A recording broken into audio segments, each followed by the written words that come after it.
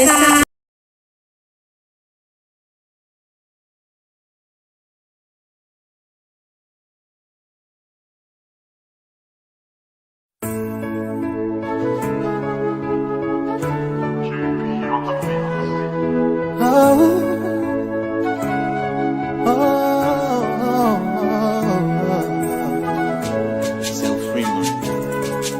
yeah. There comes a time. The whole wide world will welcome the rising sun. Here comes the time.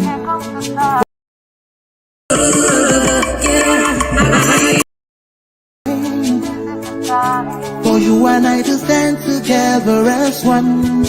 Yeah. They will know. The sun is rising. From east to west, from north to south. Can't you see the sun is rising? Oh, you wave your flag and be proud of who you are. Because the sun is rising. We shining so bright all over the world. We are the sun, we are rising. We spent our lives in pain and misery. Never gonna trade our freedom with any mystery. It's affecting our soul and it's killing us slow. With what we've been through, we are far from being good. The time now is 23 minutes to 8 p.m. in the land of Biafra. The same number of minutes to the top of the hour, regardless of where you are domiciled.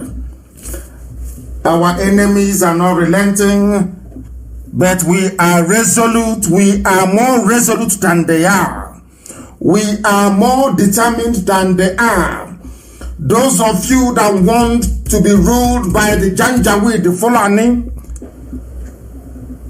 for the crumbs that falls off their table, that's entirely up to you. As for us, this very noble IPOB, this very house of Biafra, we are living the zoo. It doesn't matter what you do.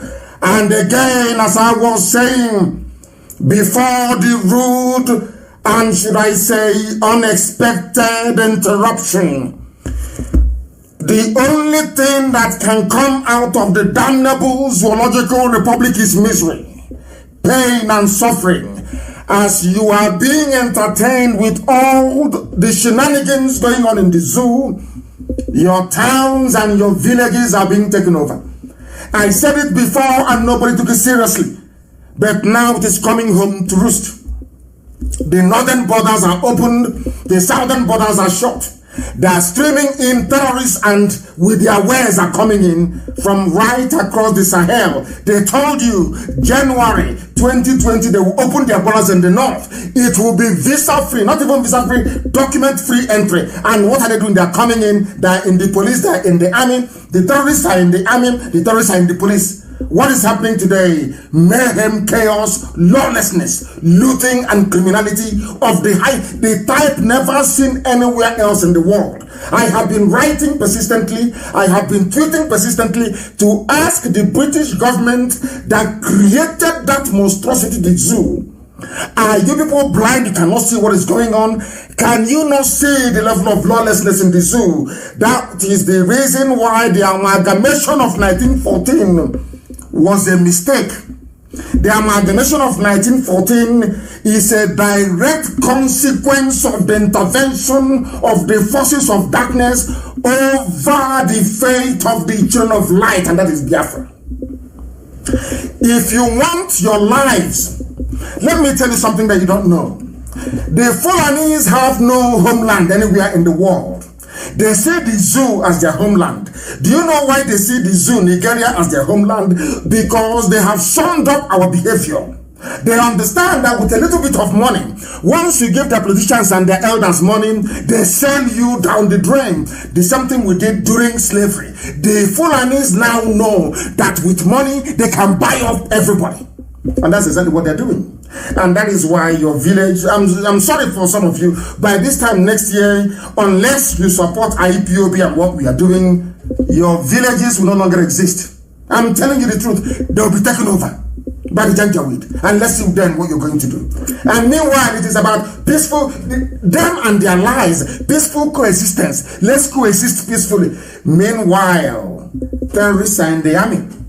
Peaceful coexistence. Meanwhile, patriotic soldiers are being killed by terrorists. Let us live peaceful cohabitation. And they are taking your land. Peaceful cohabitation. Your mothers cannot go to the farm anymore. Peaceful cohabitation. Checkpoints everywhere killing people. Peaceful cohabitation. And your lives are being drained away. Those are their lies. People, sometimes you cut off your nose to spite your face. Because perhaps some of the idiots before, my happiness is that a majority of our people understand what we are doing and they are in support of, I said 99.9% of our people. Forget those being controlled by Loretta Onochie. They are doing what they're supposed to do because there are always saboteurs everywhere. But what I want to reassure each and every one of you is that from the beginning, the Fulanis never wanted the zoo, Nigeria, to be one.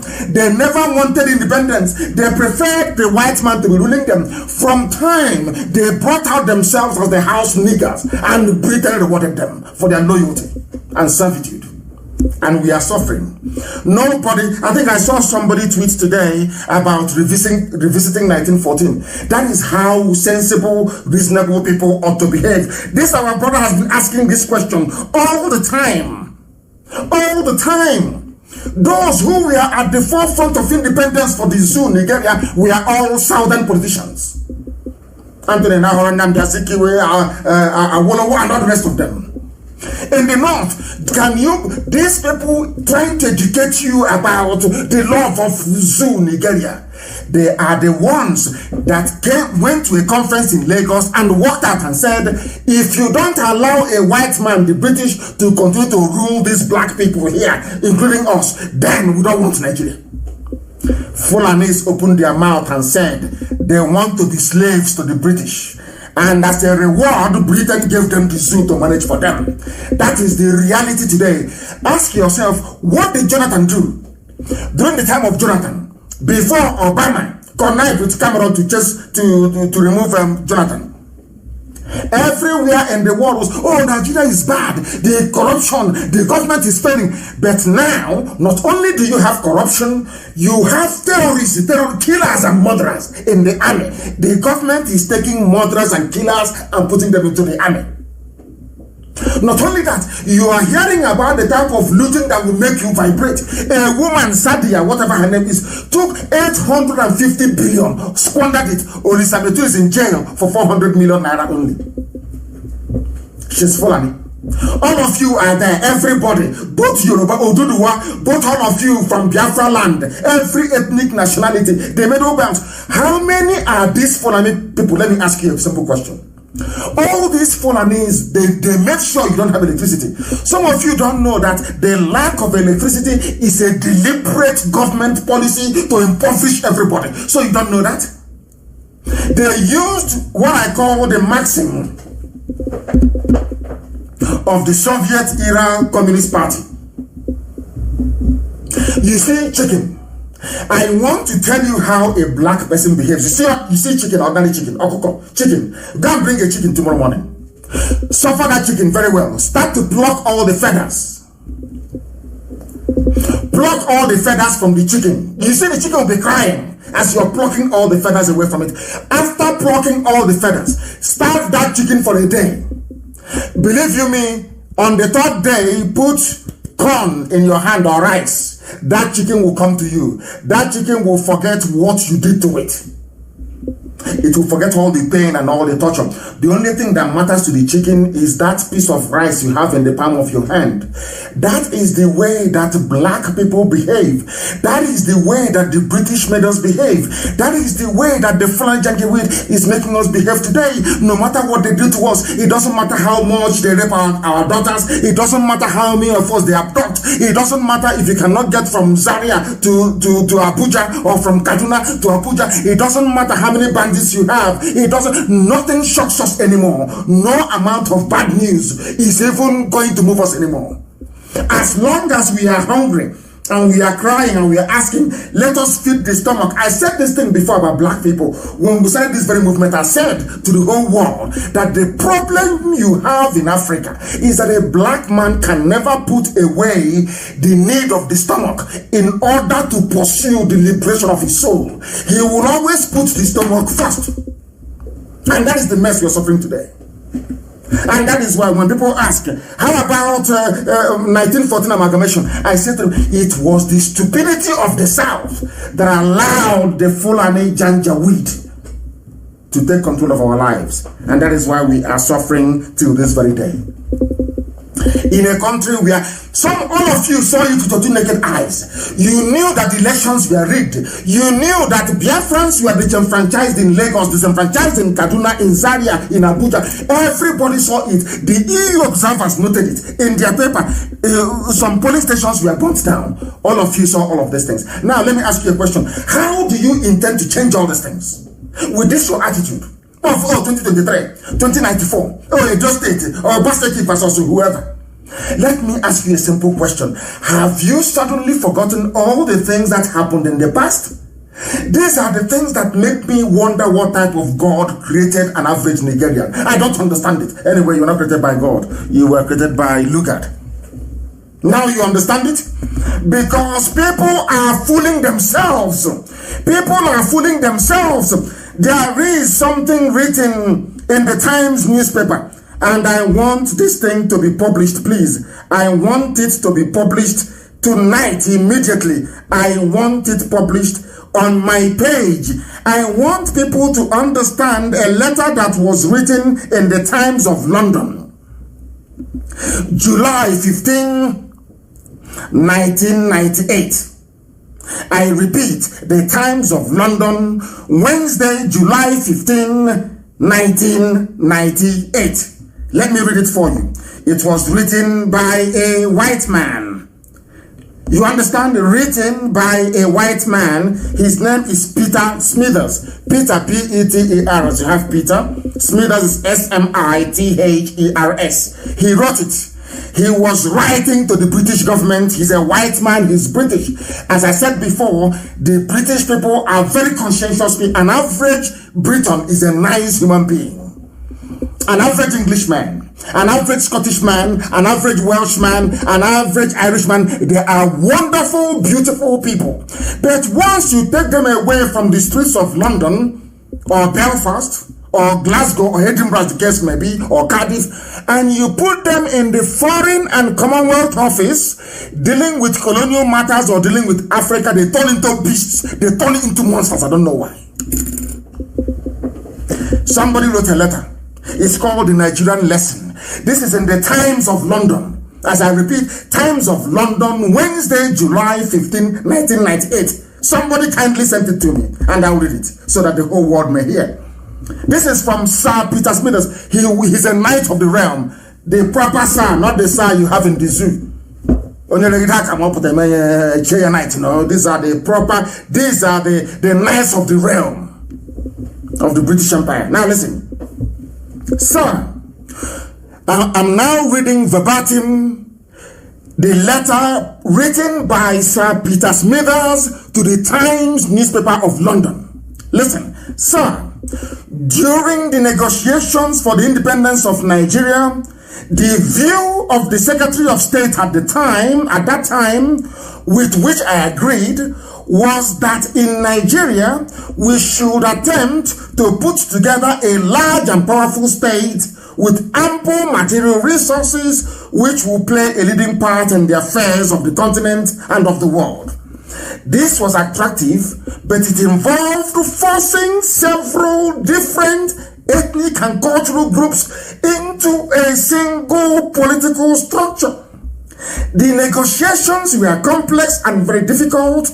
The chief problem, as I recall or I remember, relating significantly to the control of the police and of the military. Listen carefully, please. In the retrospect of 40 years, it is clear that this was a grave mistake. which has cost many lives and will probably continue to do so. It would have been better to establish several smaller states in a free trade area. Even some British people realized after 40 years of failed experiment called Nigeria. Sir Peter Smithers, who worked in the zoo colonial desk, he is writing, we wanted to build a country that is so big that we can control, more or less. And that very big country, our problem then was who to give the police and the army to. And they gave it to Fulani. The man is now saying, with hindsight, after 40 years, many people, he wrote this thing in 1998, not 2020, 1998. This white man knew that Fulanis were using army and police to kill people in 1998. He said, after 40 years of this experiment called Zoo, Nigeria, that they created, that it is a mistake. White man is a mistake. Now, he said, we should have gone for small states. Now, this goes back to Aburi conference. Our people should be able to reason. This was the reason why Britain said no to Aburi. Because Aburi was about confederation. Ojukwu went to Aburi, agreed confederation, came back home in Enugu, and Gowan launched a war instead of implementing that Aburi that would have allowed smaller nations to emerge, but in a free trade zone called Nigeria. Gowan said no because British told him to say no. Because Britain wanted a large country that has influence in Africa that they can control, but to achieve that control, they needed to place the military and the police in the hands of the Janjaweed, Fulani, Miyetiala. And that was what they did. And that is why we are suffering till today. This man said people are dying. Let me continue. In exculpation, it must be said that we did not then have the examples of the collapse of Yugoslavia and of Soviet Union before our eyes. In other words, the man is saying that Nigeria, the zoo you have, Nigeria, Nigeria to some of you, is the same thing as Yugoslavia, the same thing as Soviet Union, and it is bound to collapse. That is what this man is lamenting in 1998. He is saying, we did not have the benefit of the collapse of Soviet Union or Yugoslavia to tell us what to do in the case of the animals in the zoo, Nigeria. Are you listening? This is from a British man, a high-ranking officer. He is a sir, he's a knight of the realm, Sir Peter Smithers. I will continue. It should now be clear for all, but the willfully blind, this is how intelligent this man is saying it is clear to everybody, to both cockroach and rat, okay, Mochicha, everybody knows it is clear, unless you're living in denial, unless you are a denier of the truth, unless you are foolish. This is from a white man, please, not me. Unless you are willfully blind to see that it is extremely dangerous to force diverse racial and social entities into a single rigid political structure such as that which is being built upon the foundation of the Maastricht Treaty. This man was saying the reason why Britain left the EU, the reason why Britain opposed, some of you don't know what is Maastricht Treaty, but I will tell you some other day. It was a treaty of European Union that Britain refused to sign. This man is saying the same mistakes of the past we are about to repeat. What is that mistake?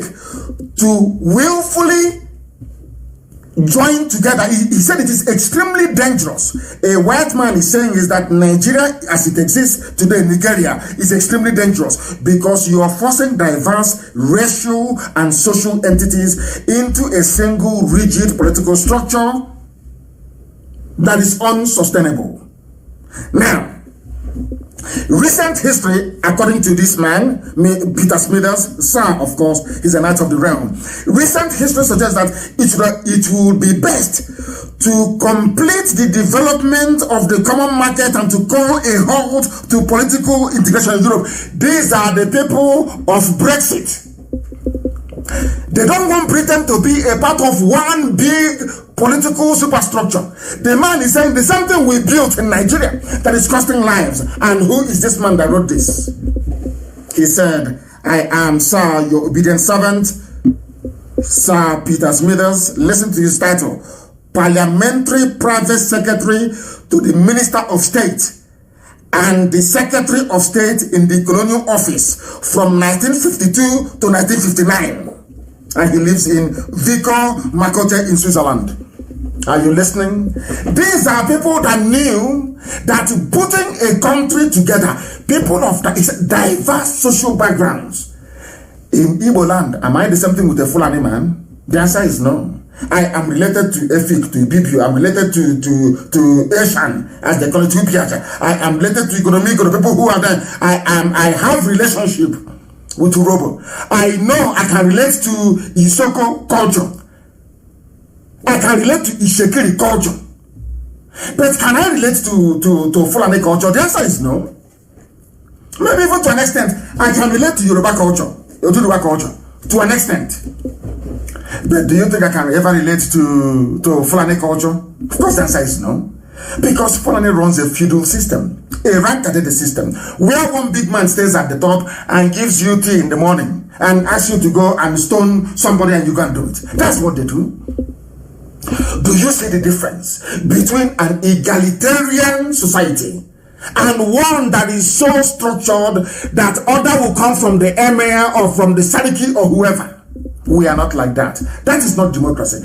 And that value system was what the Fulanis brought to Asorok. These are the things that your so-called social scientists and your political analysts don't understand. What is playing out in Asorok today is the same Janjaweed feudal system, where one person stays at the top and just keeps distributing money that they did not work for. Money that they didn't earn. That is what is happening in the zoo. That same thing was what they brought to the center in Asorok, and some of you are too blind to see it. When we tell you that the zoo, Nigeria is unworkable, try to understand there is no nation on this earth where you have divergent values, divergent cultures and traditions welded together into a nation is a lie. People might say to you, oh, how about USA? Everybody is there. Yes, but if you're coming into USA, you are swearing an oath of allegiance to the Constitution. That Constitution is an Anglo-Saxon Constitution. It is a reformist Constitution, not even Catholic. Not Catholic, it's Pentecostal. The Constitution of America is Episcopal. It is not Catholic. It is not. That was why they were saying that Kennedy was the first and only Roman Catholic president in the USA, in US history. Are you aware of that? John Fitzgerald Patrick Kennedy is the only Roman Catholic, in fact, people were speculating that he was killed because of his Roman Catholicism. Because the US Constitution is more Lutheran, reformist. Those of you who are aware of Protestantism and the Reform movement away from Rome, that was how they built it. So for you to be an American citizen, you must swear an oath of allegiance to this very beautiful document called the Constitution of the USA, where you now believe in the rights of women, in equality between everybody who is, in fact, between men and women, so to speak. Whether you like it or not, you have to agree that man can marry man, woman can marry woman. It's freedom. Are you aware of what I'm saying? Now, once you swear an allegiance, you abandon or you jettison whoever you were before, you become an American. Do such things happen in the zoo? No, they'll tell you about state of origin. You're not an indigenous. Our way of life is our turn. Do you hear people saying in America is our turn? It's the turn of Texas this year. Oh, it's the turn of Massachusetts. Oh no, it is the turn of Washington. Oh, it's the turn of California. Or it's the turn of Iowa. Do you hear such rubbish? Because everybody is welded together under this very beautiful document called the Constitution of the United States of America. That is one thing people don't understand. When they tell you, oh, can't you see America is diverse? They don't go into detail. to tell you that there is one mechanism that unites them, and that is the Constitution. And that Constitution was drawn. In other words, for you to become an American citizen, basically you are saying, I want to be an Anglo-Saxon. Because those who that founded America, the Pilgrims, they traveled from England. They are English people from Southampton on a ship called Mary Rose. They traveled, that was why they called it New England. Where they landed in Rhode Island, they called it New England. That's where they came from. Before the Dutch, the Germans started flooding in. And you know, when they got to America, they said, we are going to build a society where every man is equal, because in the England they are coming from, the king is saying that he was appointed by God. He can do whatever he likes. They said, no, we are going to build a modern society based on the values of the Greco-Romans, which is republic, which is Biafra. Do you see why we cannot be in the same country with those who aspire to enslave and to conquer us? That is for a British man. Now, let me ask this very simple question. This is one thing I say about the brain of a black man. I don't understand it, how it works. If after 300 years of the union between Scotland and England, Scotland can hold a referendum, till tomorrow morning Scotland is saying they want to hold a referendum. If Scotland of only 5 million people can say they want to go, the size of population of Imo State, if they can say they want to go and Britain will say, oh, no problem, or England will say, no problem, have a referendum, if people agree you can go, why can't the same thing be extended to us? Now that is what I call proper British racism.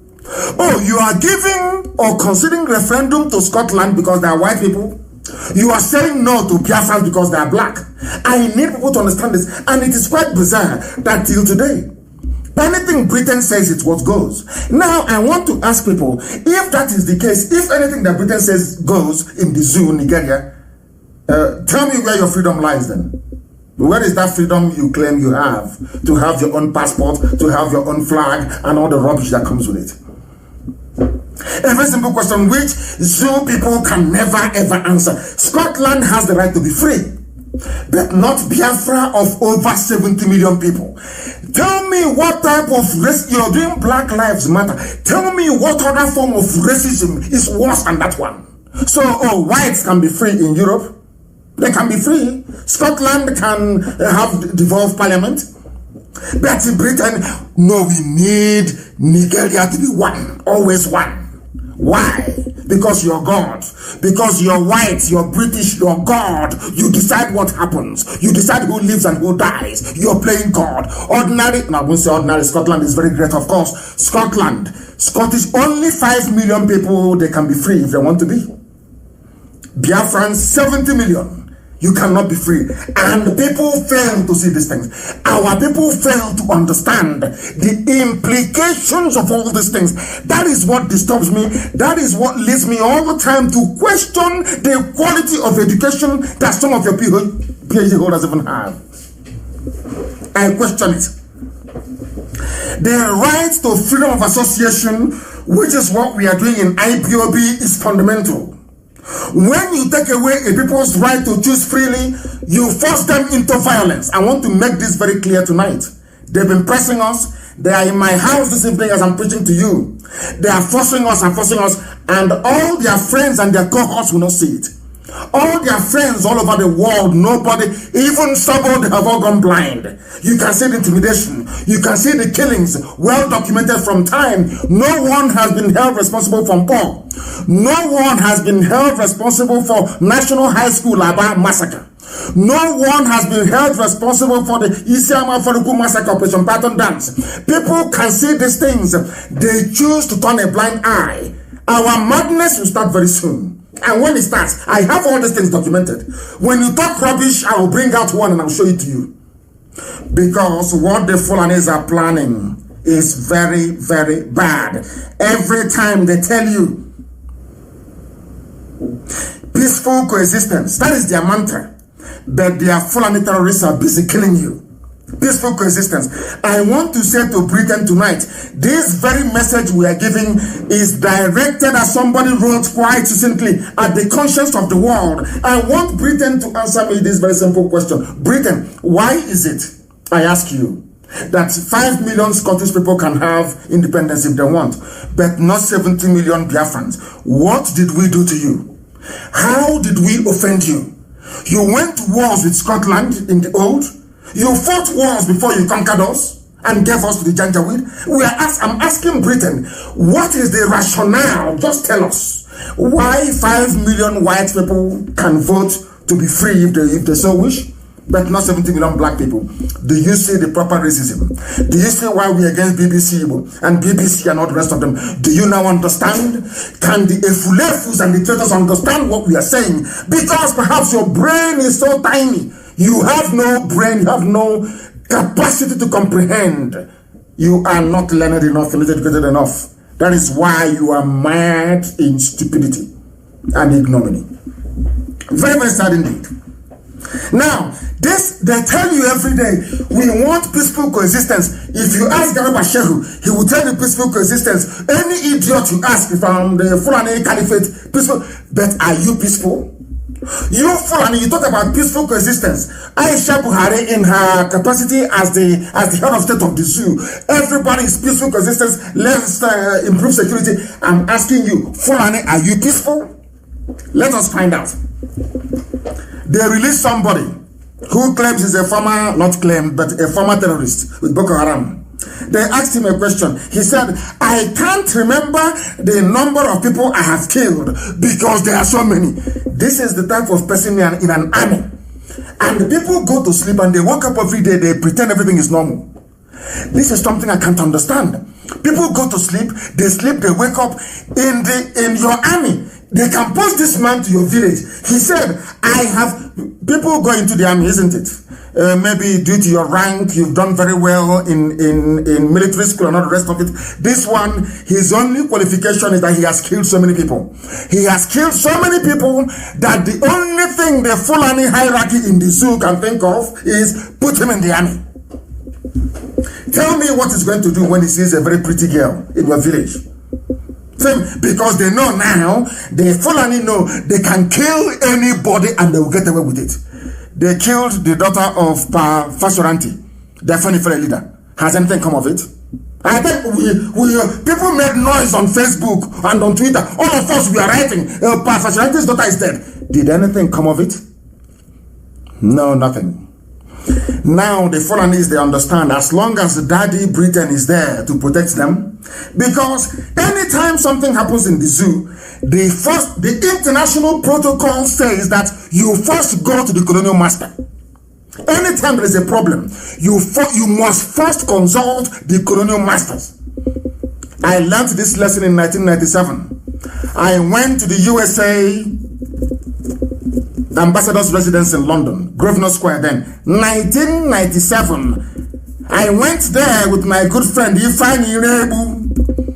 We met the man who is in charge of the Africa desk. His name was Walter Fulmer, PhD of course. Dr. Walter Fulmer. He spoke to us and he told me clearly, United States of America cannot do anything in Nigeria without the approval of Britain. Face to face in 1997, I will never forget, 1997, September, I was there with somebody, Ifeanyi Irebu. We went to the same unit together. He was a year behind me at now is London Metropolitan University. He read politics. I did politics and economics, political economy. Ifeanyi Irebu, I left. Oh, Chineke, my goodness. He told us we cannot do anything without the say-so of the British. Face to face.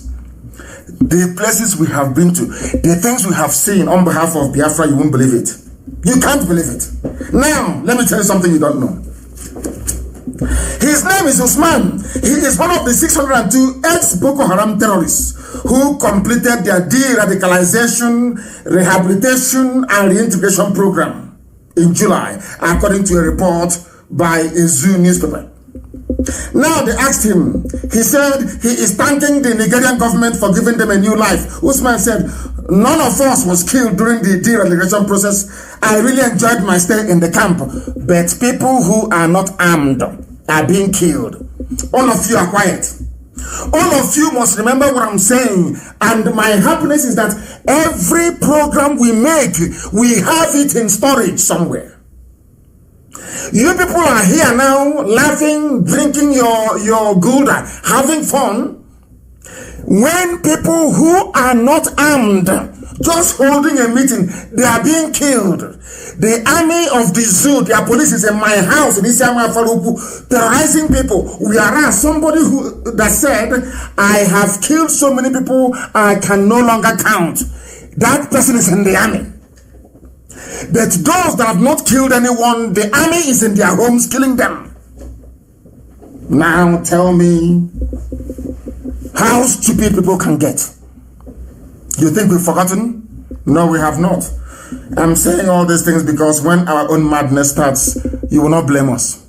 Now, somebody who has killed so many people he cannot remember is in the army. A group of elderly mothers who have not killed any fly in their life, they are being besieged by the police in Abia State. And I wrote something on my page before I came on air. And I said to Britain, you will not warn your lapdogs now. You won't warn them. The day our madness starts, it will be Britain who will be at the forefront, saying that what Nnamdi Kanu and his volunteers are doing is not good. They will be the ones propagating it for the Fulani. Because the job of Britain is to keep the zoo one. It is here. Official. But the same Britain was instrumental in the collapse of Yugoslavia. Margaret Thatcher was instrumental in the fall of Soviet Union. But because those people are whites, they're Europeans, they're whites now. They deserve freedom. You people in Africa, according to British government official policy, you are niggers, you are nothing, you are animals, you don't deserve to be free. That's why we're in bondage. Do you think that Britain cannot call up the Janjaweed and tell them? Do you think that they cannot call up the Janjaweed and tell them? They can't tell them to go back to Aburi. Britain has the power to say, go back to Aburi. But they will not do it. Do you know why they won't do it? Because to them, you are not a human being. Forget all the wishy-washy, hypocritical, equality garbage. No, they don't believe in it. You are nobody to them. Before their sight, you are a nobody. That is why the army can go and recruit murderers and killers. Has Britain complained? No. Has anyone complained in the world? No. Have you heard of European Union, any world power complaining or saying to Nigeria, how can you bring murderers and killers into the army? No. No. Because we are nothing. Because we are blacks in Africa. Unbelievable. Now I want you to listen to this, please. Very, very important. These are people telling you about peaceful coexistence. That is have this in mind. Anytime Fulani wants to commit atrocity in life, they always come up with a slogan. When the late Buhari took over power in 1983, he said war against indiscipline. Do you know what he did? He went back and started killing Biafrans. He was killing Biafrans who were in jail before he overthrew Shagari. The same man, that is the hypocrisy of the Fulani, the same man telling you about treason, committed treason himself by overthrowing a democratically elected government. But his supporters and Tinubu never saw it. They never complained. The whole world he's a reformed Democrat. That was what they said. Because they wanted to sell you a very bad product. They said peaceful coexistence. Now let us ask ourselves this question. Those in southern Kaduna, are they living peacefully? Are they Biafrans? I want every ethnic group in Nigeria, I want everybody in that zoo to understand this very simple logic. The Fulanis can never love you. You think the Fulanis hate the Igbo man, the Fulanis hate Biafra as a concept, that they will love you? No. That was the nonsense they sold to Goni people, the same nonsense they sold to Niger Delta, or those who foolishly identified themselves as Niger Delta. That was the same garbage they sold to them. The same Edwin Clark you see crying today, the same garbage they connived together to sabotage Biafra. But everybody's crying today, isn't it? It's no longer an Igbo man. Yoruba is crying. Everybody's crying now, isn't it? Across the TV, people are crying. Idoma, everybody in the zoo, Southern Kaduna, everybody is crying. Baggy, they are complaining in Abuja. To let you understand that you brought all this nonsense upon your head. You allowed the Fulani the leeway to mess all of you up the way they're messing you up out of fear, because most of you are cowards. Most of you cannot rise up against the Fulani the same way that IPOB has done and will continue to do until Biafra comes. We are not going to stop. You think we're going to stop? Rubbish. We are not going to stop. Southern Kaduna dying. This report is saying indigents allege government support for ethnic cleansing agenda. It is a Fulani agenda. It was the blueprint by the dead Buhari. They wanted to kill people, to take away from your villages, to take over. Italy cannot talk, oh, there is Ajib. France is not going to talk to you because there is ELF. There is Total. They are making money from oil and gas. So how are they going to talk? Even before we went to Israel, they gave them defense contract and saying to Israeli businessmen, go and tell your politicians, don't listen to Nnamdi Kanu. I was in Israel, they were telling me to my face to face. Anything I tell is not second-hand, is what I am involved in. And I keep asking myself, why? You go to US, there are US business interests. So anytime there is trouble, let me tell you the way they play this game. Very, very clever people. Fulani, or should I say British, giving them the brain. They gave everybody something that is a portion of the zoo you are enjoying, including Czech Republic. Do you know that that plane that flew to Switzerland later on went to Czech Republic for servicing? The Air Force One? They will be wondering how I know. Do you know that they're buying arms from Czech Republic? Do you know that? So now, because there's a very healthy, sizable IPOB family in Czech Republic, you know what they do? They go down and say to them, oh, you are there. You have our contract. We are giving you defense contract as they did in Israel. How come you are allowing IPOB to be doing this? That the businessman will now pick up his pen and write a letter to their ministry, maybe Home Affairs, and say, I am so and so person. Our company is making so much money from Nigeria, and Nigerian government is saying that they're upset the way you people are cooperating with IPOB. Because of that, please stop it. You will see them, they will change their interview techniques during asylum, when we seek asylum. That's what they do. That's all they do. They now pressure the business in that country as they did in Italy with Ajib. Ajib is the one now contacting judges, telling them, oh, please, IPOB is this, IPOB is that. Because the zoo has put pressure on them. That's what they do. That is what they do. Some of you don't know this, but we know. And we are countering them every blessed day. If you know the battles we are fighting on a daily basis, believe you me, if you see us, you give us a very cold beer to drink. I'm telling you the truth. It's a serious battle. That's what they do in the zoo. Or is it in Germany? Because the people putting pressure on the government are the businesses doing business in the zoo because of the money they are getting. All of you are niggers, you can go to hell. That's what they say to you. You are a nigger, you can go to hell. Our concern is the money coming into Germany from Julius Berger, from Siemens. All of you can die. We don't give a damn. That is why what is happening in the zoo, all of you remember Rohingya. Have you all forgotten Rohingya? Rohingya, because Muslims were involved, because in the zoo Christians are being killed, and to be a Christian is no longer fashionable in the world anymore. Maybe to be a Muslim to be a Christian is no longer something to be proud of. That is why they can kill as many Christians, or should I say Judeo-Christians, as possible, and nothing is going to happen. Nothing will happen. Nothing will happen because has the Pope spoken? The answer is no. How about Archbishop of Canterbury? No, that one wants oil money. Look at ordinary Rohingya. How many people did it Burma? How many people did they kill?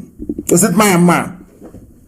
How many Rohingyas did they kill? And it's everywhere. Every news, everywhere you go is Rohingya. Look at the amount of slaughter. the slaughter in the zoo in southern Kaduna is on a daily basis.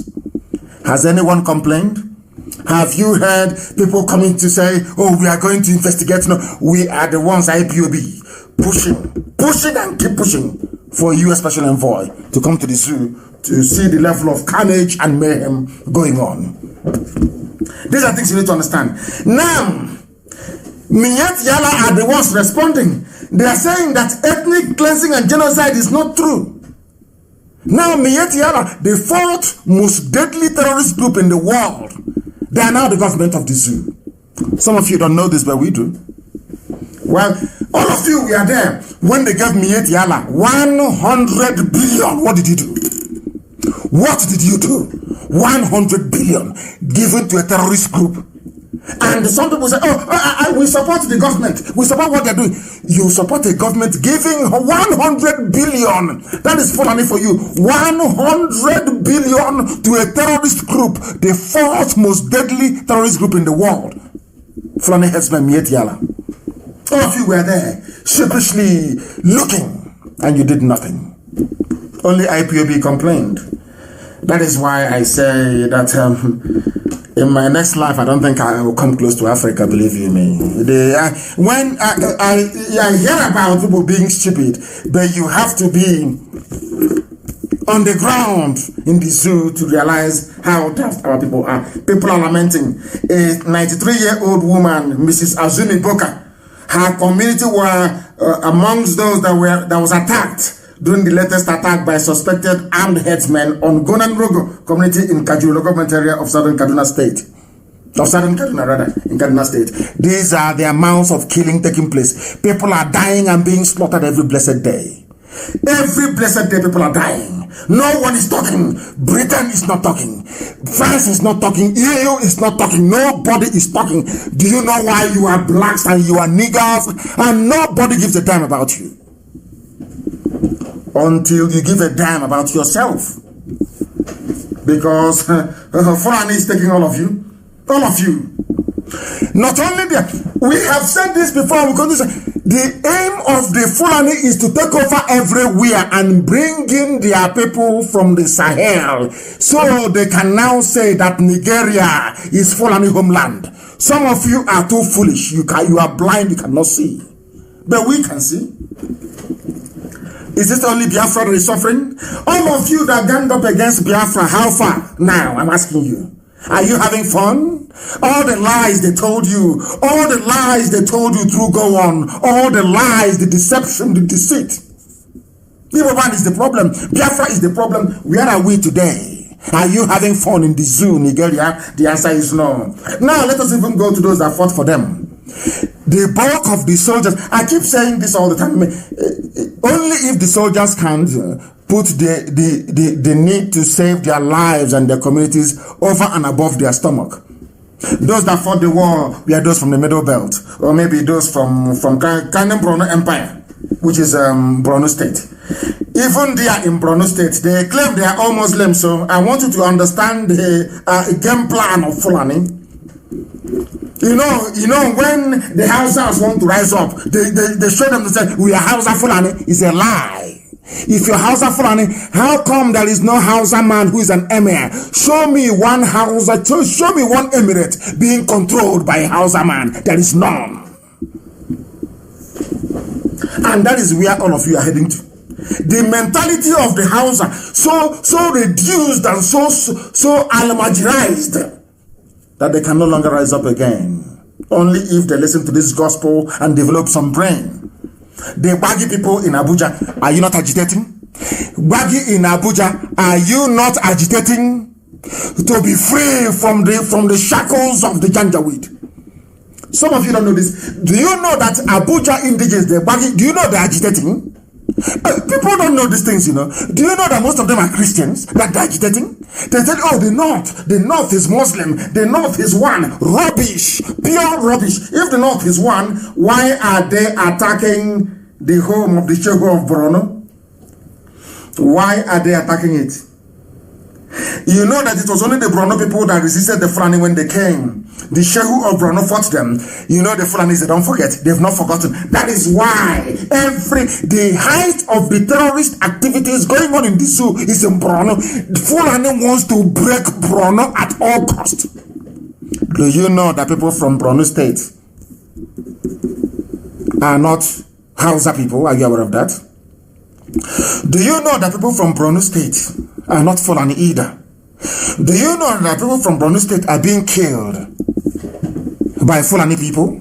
You don't know this. But on this platform, on this radio station, we will tell you, we will teach you, we will educate you, we will enlighten you, so those things that are hidden are revealed to all of you. Kanu Borno Empire has never been and will never be loyal to Sokoto Caliphate. That is the problem. The problem is that they refuse to relinquish the title of Shehu of Borno. They said no, we will not relinquish it. They said no. They said, okay, we are going to keep killing you. They keep appointing their Fulani emirs alongside the Shehus you have in Borno. Now, some of us think because they're all Muslims, somehow they are one. No, they are not. They are not. That is why the northeast of the zoo has no peace. That is why most of the monarchs they have been killed by Boko Haram. That is why Boko Haram is in Borno, killing them. Who are Boko Haram? Boko Haram are Fulani Janjaweed, by another name. Of course, I do sympathize with them because Yusuf was killed by the police, so they have every right to agitate or to get angry. Today they are calling them terrorists. That is why most of the monarchs you have in Borno are dying. And if you go and do your research, most of the people dying in Borno State are all Shehus. No emir has been killed. The people they are killing are the Shehus, the original aborigine, the owners of the land are being killed. Owners of the land are being killed in Borno by the Fulani. But you don't know this? Owners of the land in southern Kaduna are being killed. And I keep asking people, Fulani had a model. How many are these Fulanis terrorizing all of us? Everybody. How many are they? And somebody quite frankly pointed, do you know those that carried out coups are from the Middle Belt? Maman Fatsa, Henry Oka, and all the rest of them. Are you aware of that? Why? If the North is one, why would Mwamfasa carry out a coup? If the North is one, why would Gideon Oka carry out a coup and say that the extreme Sharia North should go? Why? If the North is one. These are the things we don't think about. These are the things we don't know about. But we know in IPOB because we are very, very smart. The Shehu of Borno is now saying we are no longer safe. Now, this was the people that came into power claiming to have all the answers to the security problem. But in Borno, in their own homes, in their own land in the north, there is no peace, there is no unity. There is anarchy and there is war. One is official, one is not official. And they'll come and tell you, they are doing very well, the army, fighting insecurity everywhere. That is to deceive you. If you are foolish, you will listen to them. But I'm sure in Abuja tonight there is fire. They know that the truth has come into Abuja. They can no longer hide it. They can't. I'm asking everybody. I am asking everybody, by which I mean Biafrans, every Biafran, regardless of your clan, so to speak. Oduduwa is there. Middle Belt is there. The people of Kanu Borno in Borno State, you're suffering, you're dying. Hausa people who are in Kaduna, you people are dying, you're being slaughtered every blessed day. I'm asking all of you, if all of us were to get together, do you think the Fulani can defeat us? The Fulani, there are only 3 million of them. Only 3 million. Making our lives a misery. And we let them. Because of our longer truth, we let them. Are you telling me that all of us rising up at the same time, Fulani will do anything? Or Britain will do anything? The answer is no. But they will go to the traitors in all of you. They will go to the saboteurs in all of you. Give them some money. They start to make noise. And the idiots will begin to fall by the wayside. Because you're not strong. You are black. You're from Africa. You're not mentally resilient. You're not strong enough to resist, as we have been doing. Why do you think we are formidable? Why do you think that IPOB is strong all over the world? Because we are on... You cannot bribe us, you cannot buy us. No, of course they know that. That is why they are angry with us. That is why they will go to my house and try and surround it thinking that intimidation works. They know it doesn't work with me and can never ever work. And very soon they will get their comeuppance. They know that very well, that we cannot retreat or surrender. It doesn't matter how many entities they buy up. It doesn't matter how much they give to Facebook. It doesn't matter how much they give to YouTube. It doesn't matter how much they pay Google. It doesn't matter how many media houses they buy over. It doesn't matter how many consultants they have all over the world. We are unstoppable. This IPOB must march. We are unstoppable. The man cried out, Shehu Obrono, Wallahi, we are not safe. Shehu Obrono cries out. His eminence, Shehu Obrono Hajabaka, Ibn Umar Garbai El Kanemi, on Friday decried the Borno state is no longer, he said the Borno state is no longer safe following an attack on the convoy of the governor, Babakana Zulu. In another part of the zoo, these are the people that came into power saying, oh, Jonathan is weak, Jonathan cannot do anything, Jonathan cannot fight Boko Haram, let's give... Upon all the money they have squandered, upon the goodwill and the love of Britain, the protection of a father over their child, because to the British, the corrupt ones in them, the foreigner is like their baby. You don't know that? When Tony Blair came, where did Tony Blair go to? Where, I ask you? Where did Tony Blair go to? Where?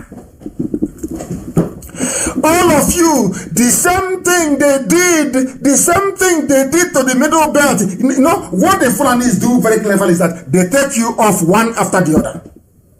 If they see you are the problem, they go and bribe people who are around you. They bribe people who are around your village. They bribe people who are around your ethnicity to destroy you. Once they have finished doing their job, the Fulanis will not descend on them. Ask Middle Belt now. Who fought the war? Is it not Middle Belt that fought the war? Where are they today? Are they not the ones crying? Are they not the ones complaining? The Shehu Obrono is complaining. This is what the Fulanis do. And they will consume their own poison and they will be destroyed. Do you know why? Because they're dead to attack the children of light. They will all die one after the other. And what I said to them, by the time we are done, there will be no Fulani Emir in the north. They should write it down somewhere. The Hausa people will wake up from their stupidity. The Hausa peasants will wake up from their idiocy, from their stupor, and chase them away. You see what will happen. Then you know that we serve the living God in heaven. We are live and we are direct and the whole world is listening. They tried to interrupt us earlier, but we are here. Sokoto Caliphate wants to conquer the entire north, especially Krem Borno Empire, which is Borno State. They want to conquer them completely. That is why they keep releasing repentant Boko Haram to go and do more harm to the people of Krem Borno. That's what they want to do. That is what they're doing. They want to destroy the Kanuri tribe. The Kanuri tribe that, you know, when Britain advised them, forge this alliance with everybody. First of all, subdue, attack the Igbos, destroy them first. And that was what they did. What did they do? They went to Kansarawiwa, they went to Adakaboro, they went to all of our people. They keep deceiving them, they keep talking to them, they keep convincing them until they fell. After that, what happened to Kansarawiwa? Who killed Kansarawiwa? The same Fulani. Who killed Adakaboro? The same Fulani. Yet people don't learn from the Niger Delta. They don't learn because their brains are empty. I'm not insulting anybody. I am just telling you the truth. Now, listen very, very carefully to this. Army, what are you doing? No. According to the mask wearer, the claim is Buhari. Insecurity. Nigerians know we have done our best. You have done your best that you are in Isiama Faruku this night with your army and police. But you're saying you don't have soldiers to go and meet terrorists in the north. We have done our best. That is a signal to Boko Haram, a signal to Minyeti Allah. Do anything you can. Britain have now given us the green light. We can take over the whole place. That's the meaning of this. If you go, oh, we have done our best. There is no condemnation. Nobody is condemning them. This was a news they carried. It's Sorok. He says that they are saying that the regime, this very regime, had done its best as far as fighting members of Boko Haram is concerned, and the militants in the South. And I ask the whole world, our people in the coastal land of Biafra, are they fighting? Is Avengers fighting? The answer is no. Is anyone fighting? The answer is no. But you see how clever they funny thing they are. They had to smuggle in South, so that when Britain is going about around the world lobbying for them, Britain will say, oh, it's not only in the north that is problem. There's also problem in the Niger Delta area of South. Do you see? I don't know why people don't, why we black people who don't reason. Do you see what Britain is doing? Do you see their game plan? So we have done our best in fighting Boko Haram and also in the South fighting militant. And I'm asking them, where are them? When was the last time there was militancy in the South? So-called, or should I say, in the southern part of Biafra land? None. But they'll keep quiet. Don't keep quiet. Igbo man is your problem. You see it? They now had to smuggle in. Everybody was there when Avengers was doing something marvelous. And the governor stepped in and said, no, Avengers, no, take money. Stop. And they stopped. Since then, have you heard of Avengers again? The answer is no. Why are they including South in their nonsense of insecurity? That is to tell you how evil and dubious these people are. And it's a very big shame that our people allow them to get away with it. All of us are allowing them. Now, can you imagine Oduduwa and Biafra coming together? Is it not game over? Is it not game over? But the Muslims who are within Oduduwa will not allow that to happen. That's the way it is.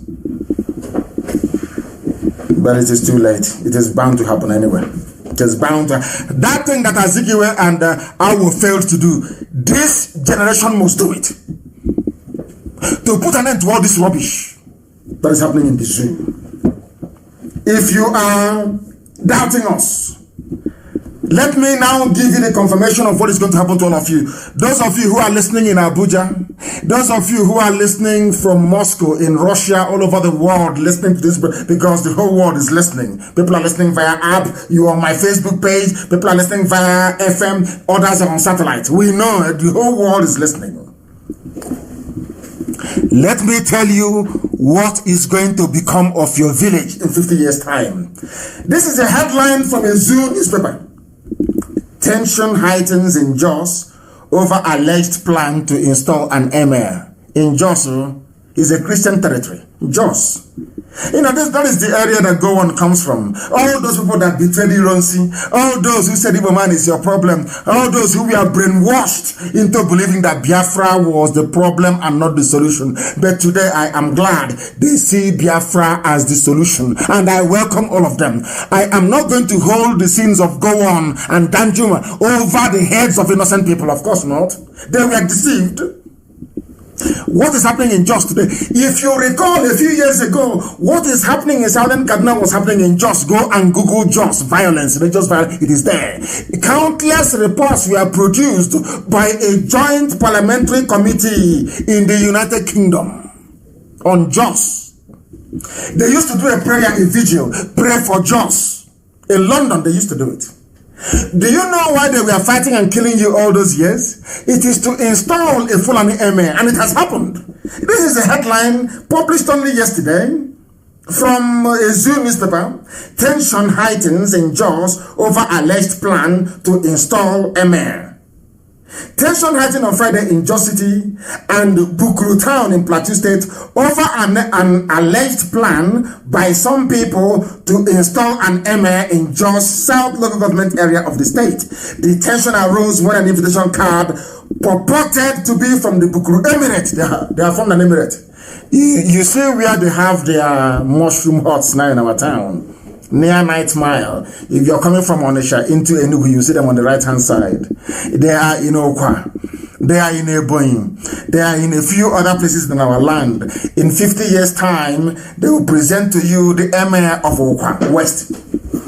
You know, I told you this about a few days ago. Some of you didn't believe me. But now in Jos, after many years of fighting and subduing them, I want somebody to tell me Where you have Fulani people and they're not in charge of the politics and there is no trouble there.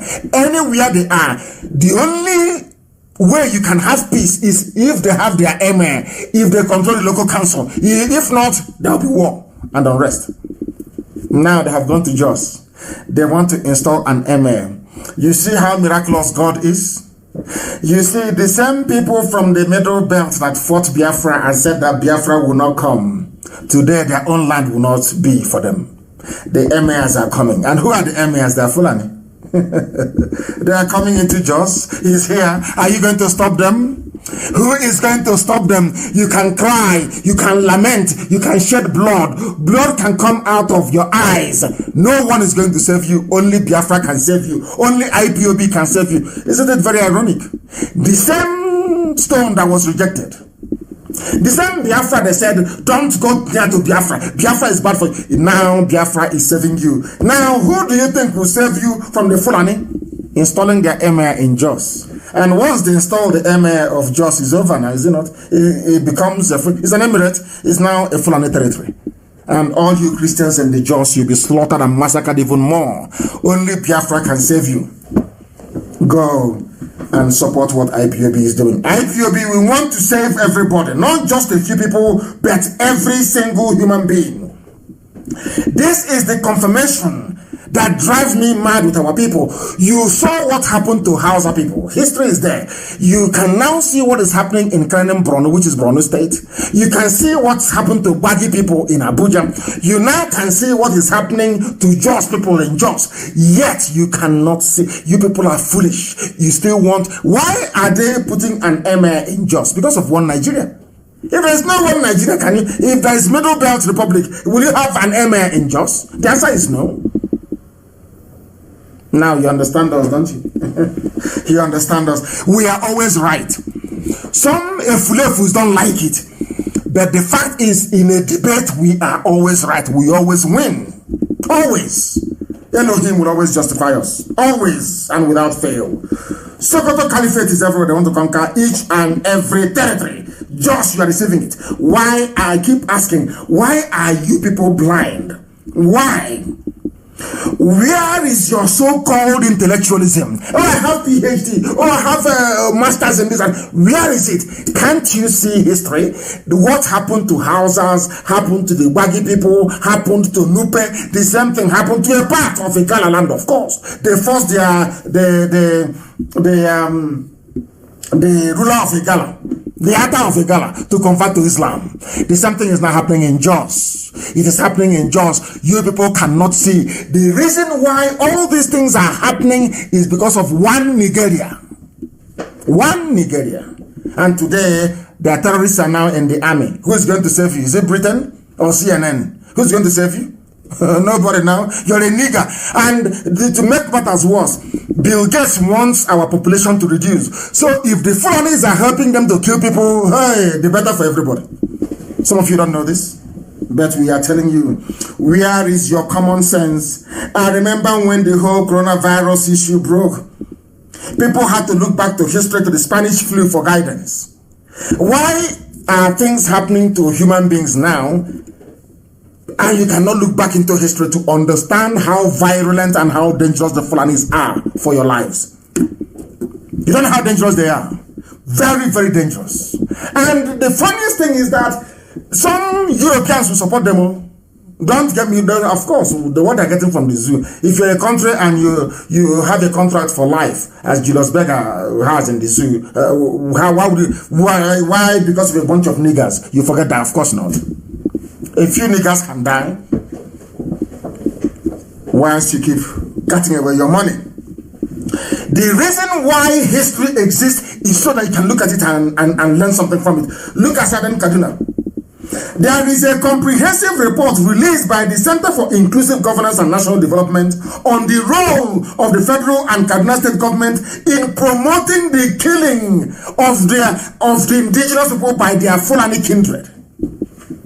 Are you listening? Federal government of the zoo, Nigeria, in conjunction with Kaduna state government, are killing people. This is the report. Now listen. Kaduna state and the federal government, They have provided an enabling terrain for Fulani terrorists to eventually take over the whole of southern Kaduna and other parts of northern Christian communities through deployments of heads of security agents who are purely Fulani Muslim. As I told you before, police Fulani, army Fulani, civil defense Fulani Muslim in Christian communities. That is why they don't want you to be free. That is because only under, people must understand this. The reason why that, because you are under one Nigeria. Once you're under one Nigeria, they can deploy, the IG of police can put Fulani men anywhere they like. You cannot stop them. Now you understand it, don't you? You understand it? Now listen very carefully, please. The approval and granting of a biased, brazen and sudden request from Governor El-Rufai that all policemen of Southern Kaduna extraction should be transferred out of Kaduna State. You don't know this, but we are telling you. Do you know that the governor of Kaduna State, rather than have the policemen from Southern Kaduna, indigenes, police their communities, they said no, transfer them outside the state so you can bring them Fulani and they'll be there, they'll fold their arms. As their terrorists are now slaughtering you and you do nothing. Only Biafra can save you. Can save all of you in the zoo. Only Biafra can save all of you. The approval now has to tell you something. This was granted since 2017 by the former Inspector General of Police, Idris Mohammed. Idris Mohammed signed it as an order that no Southern Kaduna policeman should be deployed to Southern Kaduna. Instead, ship them out and bring in Fulani.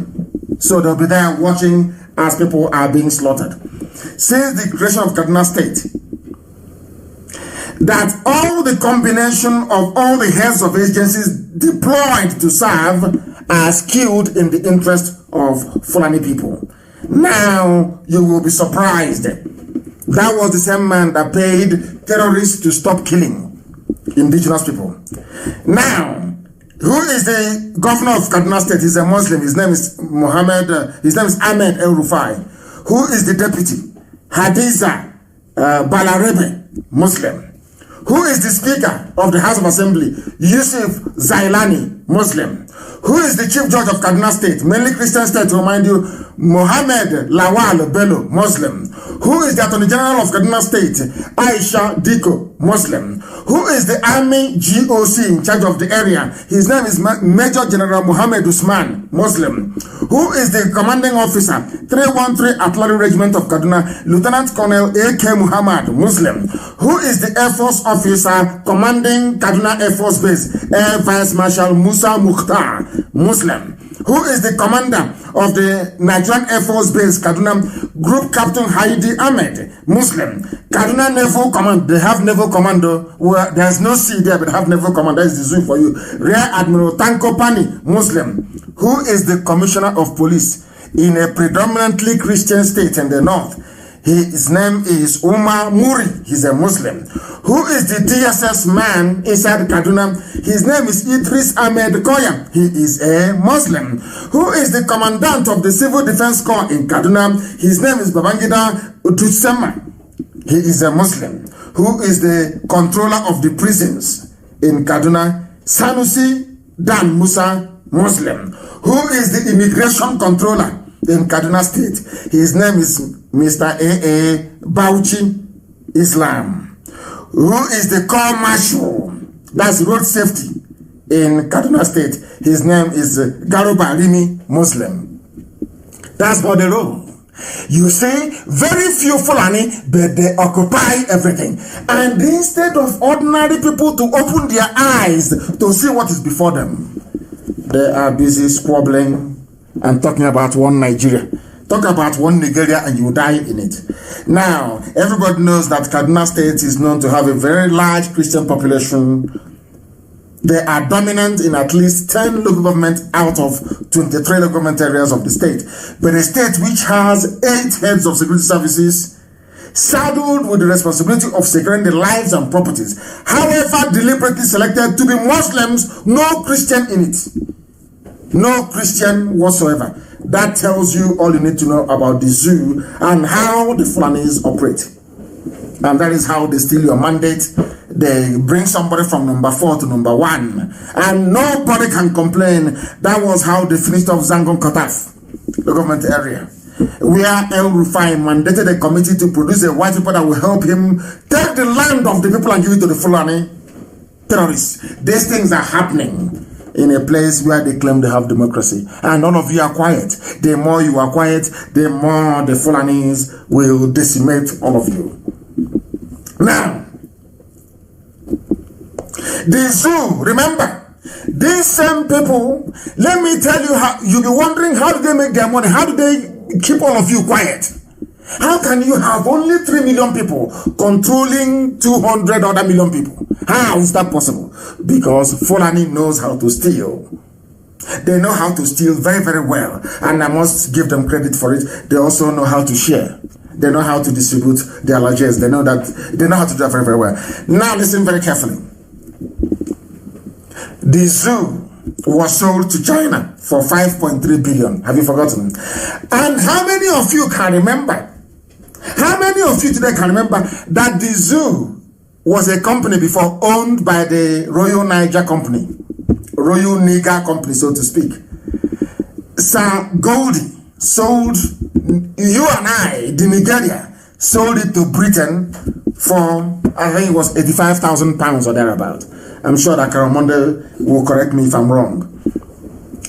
The whole of the zoo was sold to Britain for 85,000 pounds. Today, they are selling it to China for 5.3 billion. That is to tell you that Nigeria never existed. There's never a country, can never be. Never a nation, and can never, ever be. In other words, as somebody wrote very cleverly, if you have $6 billion now, you can buy the whole of Nigeria. You can buy everybody, any millionaire now, anywhere in the world with common $6 billion.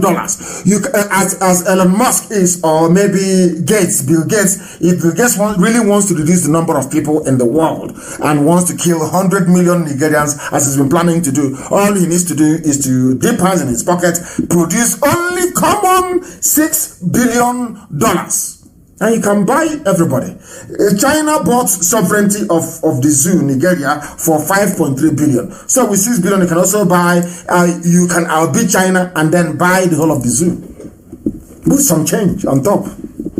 That is how useless and how low our lives are. Very, very sad indeed. So if you have a rich uncle, your uncle can buy Nigeria for you. For only 6 billion, you can buy with 200 million people in it. They're all your property.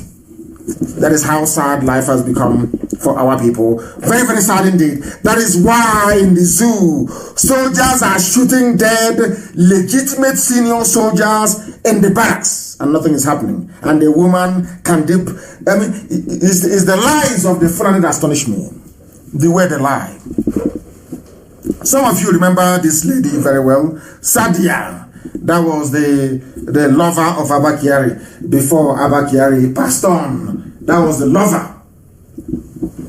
Unbelievable. Unbelievable. That is to tell you how sad life has become in the zoo. How very sad life has become in the zoo. That is this lady. She is called, you know, the palliative lady. Lady palliative. Or hush mommy, as one politician called her. Hush mommy. What's that her name again? She's called, what's that her name? Sadia. Her surname keeps escaping me. Her surname always escaped me. I don't know why. The one that said that every family received palliative from the federal government. That tells you how they lie. And having lied and having been defended by journalists in the zoo, she is now free. Her name is, what is this lady's name again? What is her name again? I can't seem to find her name. It keeps escaping me. I'm sure somebody's going to tell me.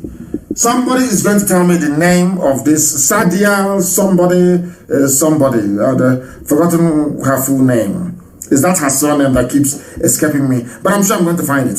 She has gotten away scot-free with her lies. That's all of a sudden every family received palliative. That is how sad they are. And let me tell you, when I tell you that the white man is in love with the criminality of Fulani Janjaweed, you thought I was joking. World Bank approves $500 million loan for girl child education in the northern states. They've come again. These are the people with all the money in the world. These are the people who have been ruling the zoo from day zero. They have stolen all the money. These are the people that sold oil to China for 2.5 trillion and they shared all the money. They got, let me say it in dollars, it is $2.5 billion. 2.5 billion, that was the amount they got. But they've now gone and said, oh, we are very poor in the north. We don't go to school. Please help us. Only the south, they are going to school. They are all educated. We are not. Nobody, the white man cannot ask them. The white man from the World Bank cannot ask them. But you are the ones controlling the economy. You control central bank. You control every fund in the zoo. You are the rulers of the zoo. How come your girls are not in school? You know what they did? They gave them money anyway. They gave them money. They gave them money. Very, very sad indeed. Very, very sad indeed. That is the zoo for you and tells you all that you need to know. We have now come to that segment of our program. That is a man I want all of you to Google tonight. Go and Google him. His name is Gabriel. The family gave me name Aug.02. His name is Gabriel Oyibo. Oyibo, as all of you know, is an Igbo name. He is a mathematician extraordinaire. One of the most intelligent men in the history of creation. Very, very intelligent man. He is from Kogi State. He is a PhD holder. He is a professor of mathematical sciences at Ofapit Institute of Technology. A very brainy man. A very, very intelligent man. Highly intelligent. He's from Kogi State. His name is Oyibo, but I gave him Aug.02 for your information. I now want to take us to the aspect of our program tonight that I promised you we're going to bring to you. This very aspect is very, very, very, very important. That people understand the boundaries of Biafra. Where Biafra starts from. Sadia Farouk, thank you very much. Sadia Farouk, thank you very, very much. Somebody has given me her name. Hush Mommy, Sadia Farouk, 850 billion missing.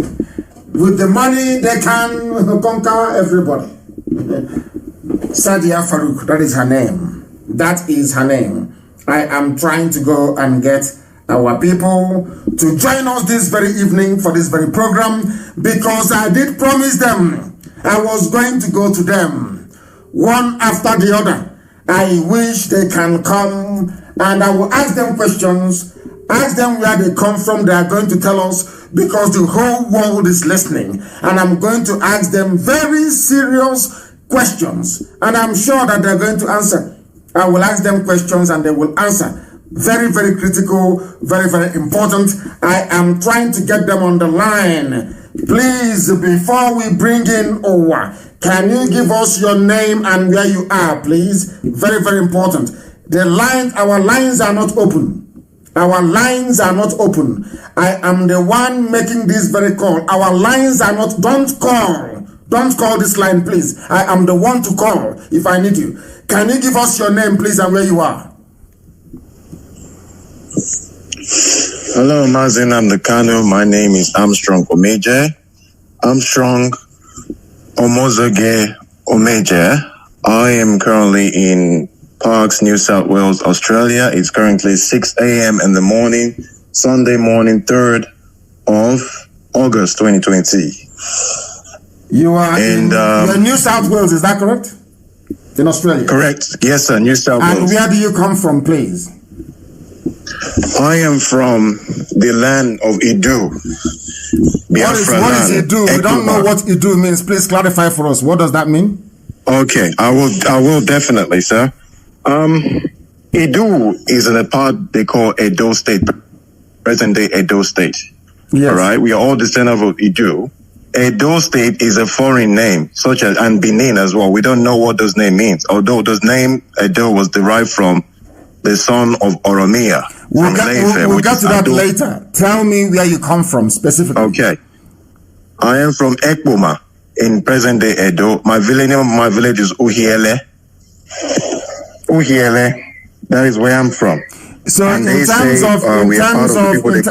terms of ethnic designation, which tribe do you come under in present days? Well, they call us, yes, the present days, they call us Esa. Esa, which is not our name, because the meaning of Esa means people who ran away, people who escaped trouble, which can never be the name of an ethnic group. What is your name? What is your proper name? From findings and research from reliable sources, I found out that our real name is Ubiaja. The original name was Ubiaza, but now today is now known as Ubiaja.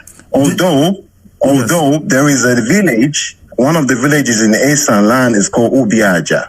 No doubt about that. Sounds. However, do you know Ubiaja sounds Igbo? Are you aware of that? It is. I know that, sir. I absolutely know that because we have a very strong relationship together. We are brothers. We are the same people. However, who and who is the same people? Please clarify for me. Who and who are the same people? We and the Igbos and all Biafrans. We are all Biafrans. We have always been Biafrans right from the beginning. So you're telling me that Asian people are Biafran people? Is that what you're saying? Asian people are Biafran people. Even the Afema people are Biafran people too. The whole of Edo state is Biafra. Only the royal family and few families that moved from Ileife with them.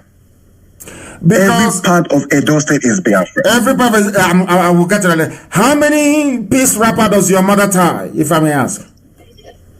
Of course, 2. It's not a new thing. Everybody knows that. 2-piece wrapper. 2-piece wrapper. Ask anyone in Edo state. Do you have masquerade in your village? Do you dance masquerade? Because that's one thing that unites Biafrans as well. Do you have masquerade in your village? We do have masquerade. Yes, sir, we do have. Absolutely. Do you have any historic link to the palace of the Oba of Benin? Are you related in any way, shape, or form? Absolutely not. We don't even know what the name Benin is. Are you serious? From Yoruba word, it's called Ile Benin, which means the land of vexation. The land of vexation, which is because a lot of things happened when they were invading that land. Ile Benin, then they corrupted the Ubinu, and then Bini, and then they added an N. It became Benin today. So those are Yoruba words. That's why we advise people in Benin to stop identifying themselves as Benin people, because that's not their identity. There is something. Hold on a second, please. Are you aware that the head of every Benin Oba is buried in Ileife? Are you aware of that? Yes, I'm fully aware of that.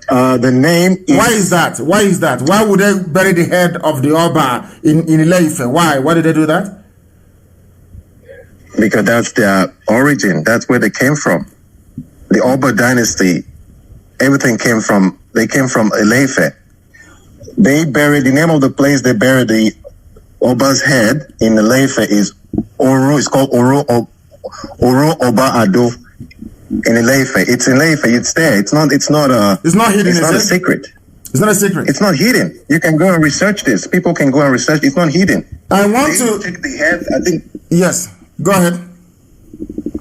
They take the head there and leave the body in present day Benin, and then they come back with a replica of that head and bury it in Benin, which tells you that they don't belong there. They're not from there. So the Oba. True, this is the case. So the Oba of Benin doesn't actually come from Edo land, so to speak. Doesn't. Absolutely not. They don't. It's all about the throne. It's just all about the throne. Taking the land, and they're definitely taking the land and turning it into, Yoruba land, just like they did Lagos. Lagos is part of Igodo. Today, it belongs to the Yoruba. They own it now. So that's exactly what they're doing. I mean, no offense to the monarchy, but it's just a fact. We have to say our history. We are different people. I mean, our mothers tie 2 wrappers. The names of our villages, a lot of them have Igbo names. Like, you hear names such as Uhiele, Akahia, Ebele, Ifeku, Okalo, wow, Uboha, Ujoba, Ogwa, Udo, Uzia, Uromi. Boy, all these are Igbo. So they're not Spanish. They're not Italians. And definitely they're not Yorubas. So these are pure Igbo names. So what makes you think, why would our people think we are not Biafrans? Now, can I ask you a question? Do you have market days where you come from? In Edo, do you have market days? We have 4 market days, exactly the same as the Igbos. Are you serious? I'll tell you so how come these things don't come to the fore? How come you people from there keep hiding all these things? You have 4 market days in Edo State, that's in a nation, so to speak, or of course, Ubiaja. Not just even the Afema. Even the Godomigodo people in Benin, the whole of look, Isako is our history, it's who we are. But this history has been hidden for far too long. And people, the conquerors rewrite history. That's what it is. So they've written history and they taught people that look, we this is who we are. I mean, the Benin Kingdom only started 11th century, for crying out loud. Only 11th century. Only 11th century ago they came. Now, can I ask you to name those market days you have? Can you give them to us, please? The market days we have is Eke market days. Hey. Ori. Hey. Ori. Aho. Afo. Ukwo. Unkwa. Unbelievable. This is those are they are various, they're different slightly. Incredible. Slightly changes, in the pronunciation. And these are the things. These are some of the things that Ohaneze should have done before our time, which is to unite our people. They never did it. Stay where you are, please, Armstrong. There's something I want to play for the whole world to hear from the mouth of course, everybody knows that I revere and I love the color and the pageantry of the Benin throne. I love it very much. And long may it continue. But we must follow the truth. Wherever the truth leads us is where we go to. Please stay where you are. There is something that the monarch said at a function which I want the whole world to hear, please. From his mouth, please. Aspirations and the history of the Benin people. Yes. Historians all agree that Odudu was... I'm going to cut you off and I'll get back to you, please. I'm going to cut you off and I'm going to get back to you so the whole world can hear this, please. His son, Oromia. Let's start from the beginning. Aspirations and the history of the Benin people. Yes. Historians all agree that Odudu was sent his son, Oromia. The Oba of Benin with his own mouth is saying that historians agree that Oromian came from Ile-Ife to Benin today. Are you listening? This is from the Oba himself, not from me, please. That the land where Benin people are today is Igoromigodo. The Oba opened his mouth and said that the Oba sent his son, Oromian, to Benin. Listen, please. At the request of elders of Benin to return with them as ruler of their realm, Oromia's stay in Benin may have been short. But before he left, a child was born to him. Oromian came, met a very beautiful Biafran woman, and gave birth to a son. Are you listening? Please. Are you listening? These are pure facts. This is coming from the mouth of, I think, what's his stomach? Please, I want to respect by giving me his eminence. This is the Oba of Benin. Please, from his mouth. They came. The Oromian, the Yoruba man came, impregnated a Biafran woman in Benin, today's Benin, and gave birth to a son. Let's listen. The son was now crowned Oba. Listen, please. Listen very, very carefully. I beg of you. Before he left, a child was born to him. A child was born. Who was later crowned Oba. And as is known today, and is known today as Eweka the First. Eweka the First. They are clapping on Eweka the First. Is a product of Yoruba and Igbo, so to speak. The first Oba of Benin is a product of Yoruba and Igbo. The name is Eweka, which sounds even because the mother gave birth and named the child Eweka, which is an Igbo name. This is from the mouth of the Oba of Benin. Please listen. Oromia's time in Benin are ever short-lived. He was an Oba, and so he was the first Oba after the Ogiso dynasty came to an end. He established Obaship in Benin by education. Therefore, the list of past Obas should therefore begin from Oromia, as it is listed in the Nairobi. Are you listening? The name of the Obas of Benin, because Oromian was an Oba, he was a prince, and he came to Benin land, although he fathered a child there with an Igbo woman, Igodomigodo. Of course, everybody knows that Igodo means key in Igbo language, and that's the name of the place. The key to the key is Igodomigodo. Now, this is from the mouth of the Oba, the 40th Oba of Benin Kingdom. He said it, and Eweka was born. And Oromian gave birth to Eweka. Oromian, he said his sojourn was short-lived, came for a very short period of time, went back to Ile-Ife, but gave birth to a son, and because Oromian is from a princely bloodline, the son Eweka now became the first Oba of Benin. That is the history. So that you don't say that what Armstrong is saying is not correct. Even from the mouth of the Oba himself, the Oba has acknowledged that that they came to Benin is not theirs. Is there? I don't know if you heard what I played. Omeje, can you hear me? I can hear you, so live and direct. Did you hear what the Oba said? I did. Please go ahead. I did. And before we continue, we know that we have a few other people who would like to contribute, but I can keep answering the questions. Yes, I know. Others, of course, I'll bring it. What I want you to do is I need clarifications, please. I need clarifications one more time. What is the original name of that very area? What is it, Igodomigodo, and what does it mean in the local parlance or language? Igodomigodo means the key that openeth the key, or the key to the kingdom. That's how some people refer it to, the key to the kingdom. And at that time, before the Oba dynasty started, the land refers to his leader, the king, as Ogiso. Ogiso. There was nothing like Oba. Oba is the Yoruba word for king. And that is why in Yoruba land you have Oba. Yoruba people know this history. They know this. They're not hiding it. They know this history. It's nothing to hide about. It's just that we don't read, we don't study. And of course, if you go online to search for history, you find a lot of corrupt information.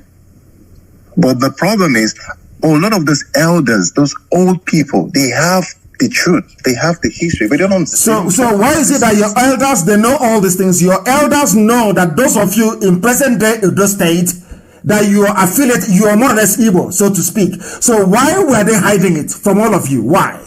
Why would somebody from Edo say I'm not Igbo? Why would they say such a thing? Why?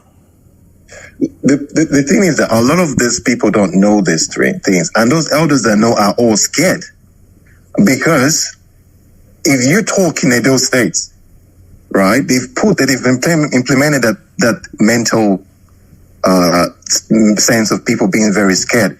If you talk, they bring out those foreign, those Yoruba gods, like Sango and Ogun, Ayelala, some of those things. We don't even know what those things. Those things are not indigenous to that land. They bring and then they swear, they lay courses. So these people are afraid. People are scared. So they've been made to be, But I don't know why Nollywood cannot do this. As somebody wrote on my page, I don't know why Nollywood cannot do such movies. These are the type of movies they should be making. Not one native doctor strangling a chicken, talking rubbish. These are the sort of movies they should be making to remind us of our history. Because when I say that our people, when we started preaching this very gospel, we said that our people are all related. When I went to Ishekiri and I said Ishekiri is Biafra, they asked me why. I said, from this car that I'm sitting in, looking at this marketplace, the dress, there is no difference between the market in Warri and the market in Owerri. It's the same thing. The dress are like, everything is the same. And I'm saying that this, as much as I respect and revere the throne of the Oba, and of course, our brothers, the Yoruba people, the truth must be spoken. That is what we're after. We're after the truth. And during of course, the plebiscite, it will be one man, one vote. If the people of Edo vote and say they don't want to be part of Biafra, nobody's going to force them. But it has to be one man, one vote. Because with this level of history at our disposal, I don't know why we have not gone far in trying to correct this very false narrative. Thank you very much, Omeje. Thank you very much. It's actually an Igbo name as well, again, Omeje. Thank you very, very much. Let me try and see if I can get other people to join this very fabulous conversation. We want to lay the ghost of Edo to rest, so that when Edo people say that they are Biafrans, we want the world to understand that indeed they are Biafrans. I want to go to Owa to see if I can find her, if I can get hold of her and get her to give us her own perspective of this very burning issue. It doesn't mean anything, please. We are not fighting with anybody. Nobody is fighting with anybody. I don't know, Uwa, can you hear me? Uwa Sophia, can you hear me? Yes, sir. What is wrong with this phone? It don't want to work. You need to put off your phone. Is your phone off now? Yes, I'm off it, sir. Thank you, sir. Thank you very much. Thank you, Owa. Thank you very, very much. Thank you. Good evening, lovers of freedom all over the world. Good evening. My name is Uwa Sophia Obaze.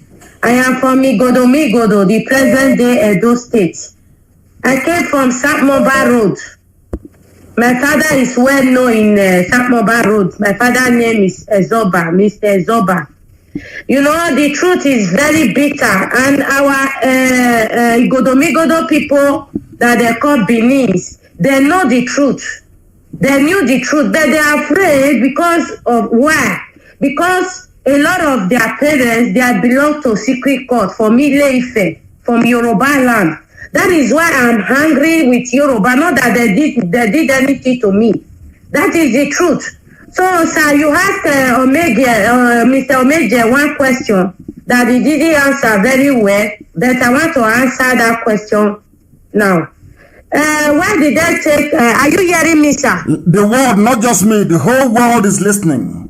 The whole world is listening. Why they took Oba head after death to Ile-Ife? There is a pronoun in our language that they said, that is to show that a lion head did not lost in the bush. That is the meaning. A lion head, the head of a lion does not lost in the bush.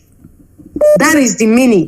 There is a proverb that Oba of Benin, the indigenous people is the slave to Oba. I have the cassette. I have the audio record that they are using to threaten one person now. I have it. They are saying that we are the slave to the Oba of Benin. We and our unborn children plus us, our parents were slaves, but they said we and the unborn children, God forbid, that we are still slaves to the Oba. You know, that is to show that if this Oba of Benin die, if his son come in, so my own children, God forbid, will still be slaves to the son. You understand? They have been doing these things years to years. They have been doing it to us. And number two question you asked Omeje that he did not answer, sir. You asked him about the 4 market days. We have in Igodo, the present day Edo State, the Benin, they have the same 4 market days. Are you serious? So are you saying that in Benin? Hold on. Are you saying that in Benin also, not just Eshan, you have 4 market days in Benin?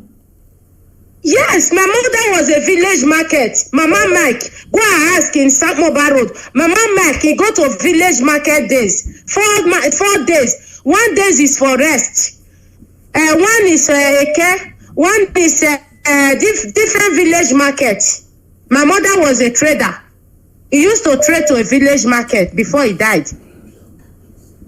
We have the same thing in Benin City. Benin, not Eastern land, in Benin City.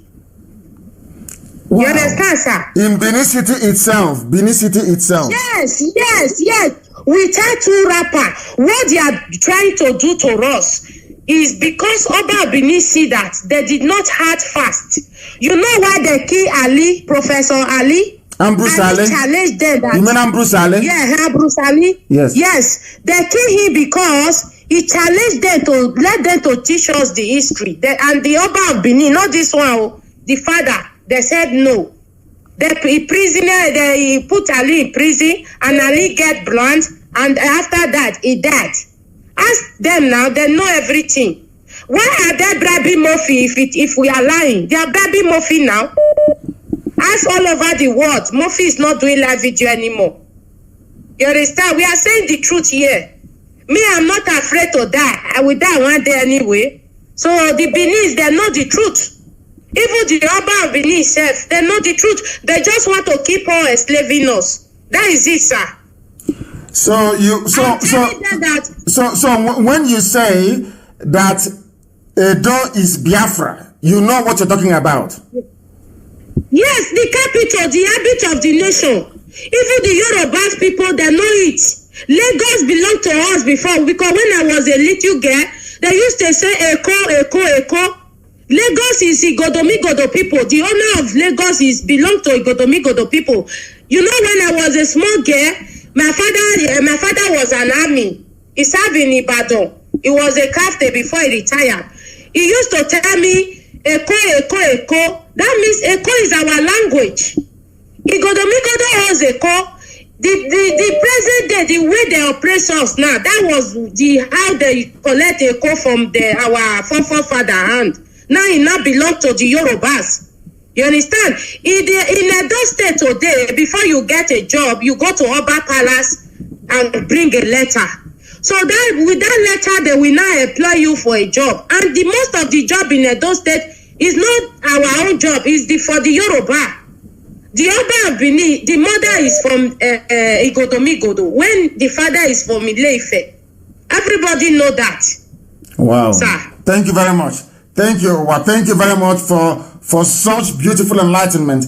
I have somebody who has been, I don't know if this person, somebody has been trying very, very desperately to get us on the line. I'm going to call them actually and find out exactly what they have to contribute to this very program. Can you hear me? The caller on the phone, can you hear me? Please turn your system down. Turn it down. Turn your system down. I only want to hear your voice. Turn your system down. Have you turned it down?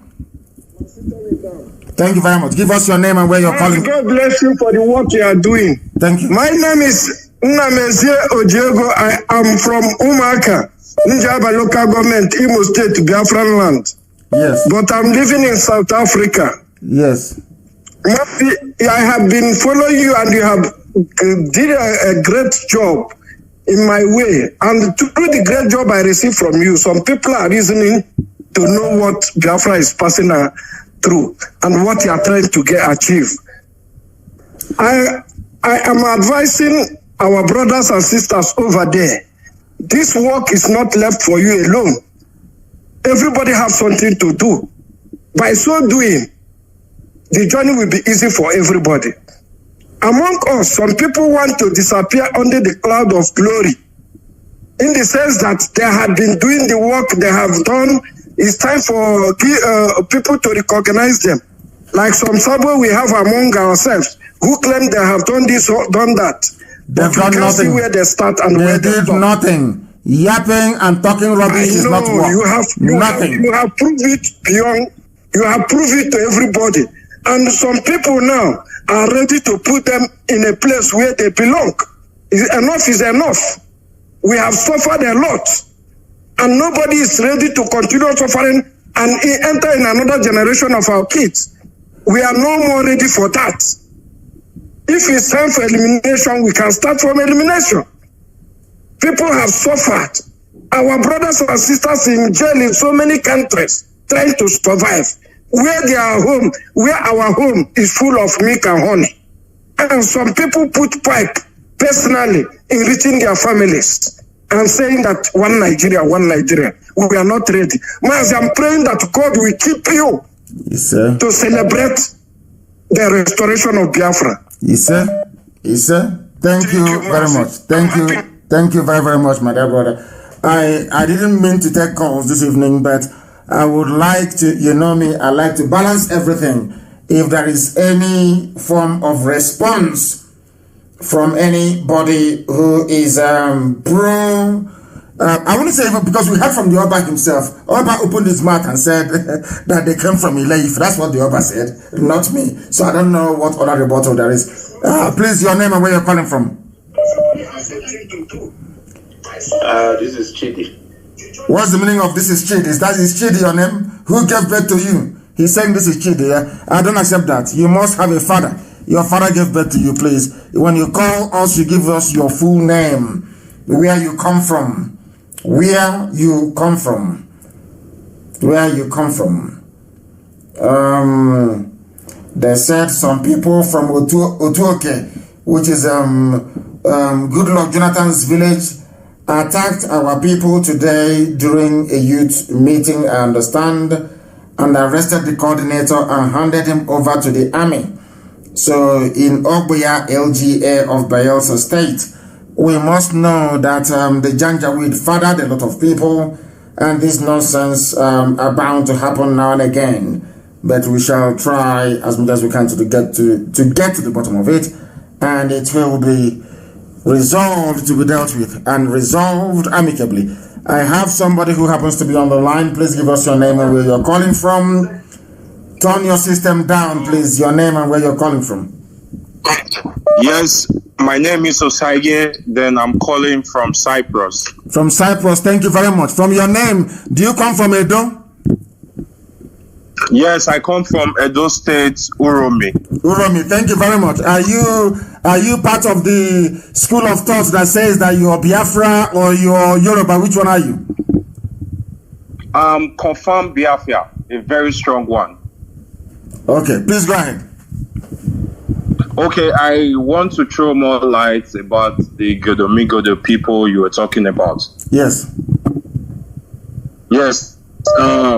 I think when I was in secondary school, my grandfather told me a lot about the history. Yes. We are listening. Go ahead. We are listening. Go ahead. Don't stop. Please go ahead. Okay. If you look at from the Esan land, like the Esan is not our name. Yes. First, because the name is people that run away, like people that run away from trouble. And the Benin Kingdom, there's a saying, they say when you see an Esan person, you have to kill that Esan person first before you can kill a snake. Meaning, if you see a snake and an Esan person, you have to kill the Esan person before you kill a snake. Do you understand? I do. I understand that. Yes. And what does that? What does that supposed to signify? Was it because Esan people killed an Oba? Is that correct? Did Esan people kill an Oba at one point during a war? Yes, during the war. But I can't remember the particular Oba. Then I think all the Esan people were driven from the Benin Kingdom, which this present day Edo State is for Igodomigodo people. And my grandfather used to say, if you check Uromi, you can still find older people they are Igbos. They speak Igbos. If you like anywhere I go to, are you serious? Some of the other ones, they still have Igbo dialects. They speak Igbo in Edo State. If you have anybody from Uromi, anybody watching live now that can call one of the elders in Uromi, if they are willing to say the truth, they will tell you that. My goodness. Every time we keep discovering, every blessed day. Thank you very much. I'm very glad that I took your call, actually. Thank you very, very much. We have somebody on the line. I want a Yoruba Bini person, if there's anything like that, to please try and call us as well. The caller on the line, can you hear me? We have a caller on the line. That caller, can you hear me? Reconnecting. I don't know why it says reconnecting. Let me go to the Skype and see who is there. The caller on Skype, can you hear me? No, they're not paying attention.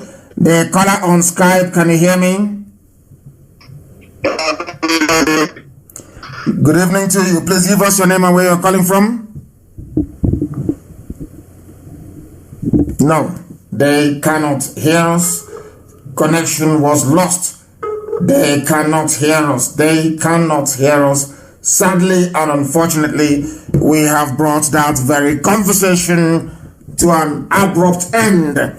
We thank all of you.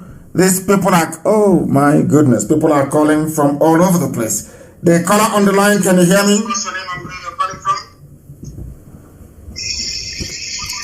They are there. They are not doing anything. They are not saying anything.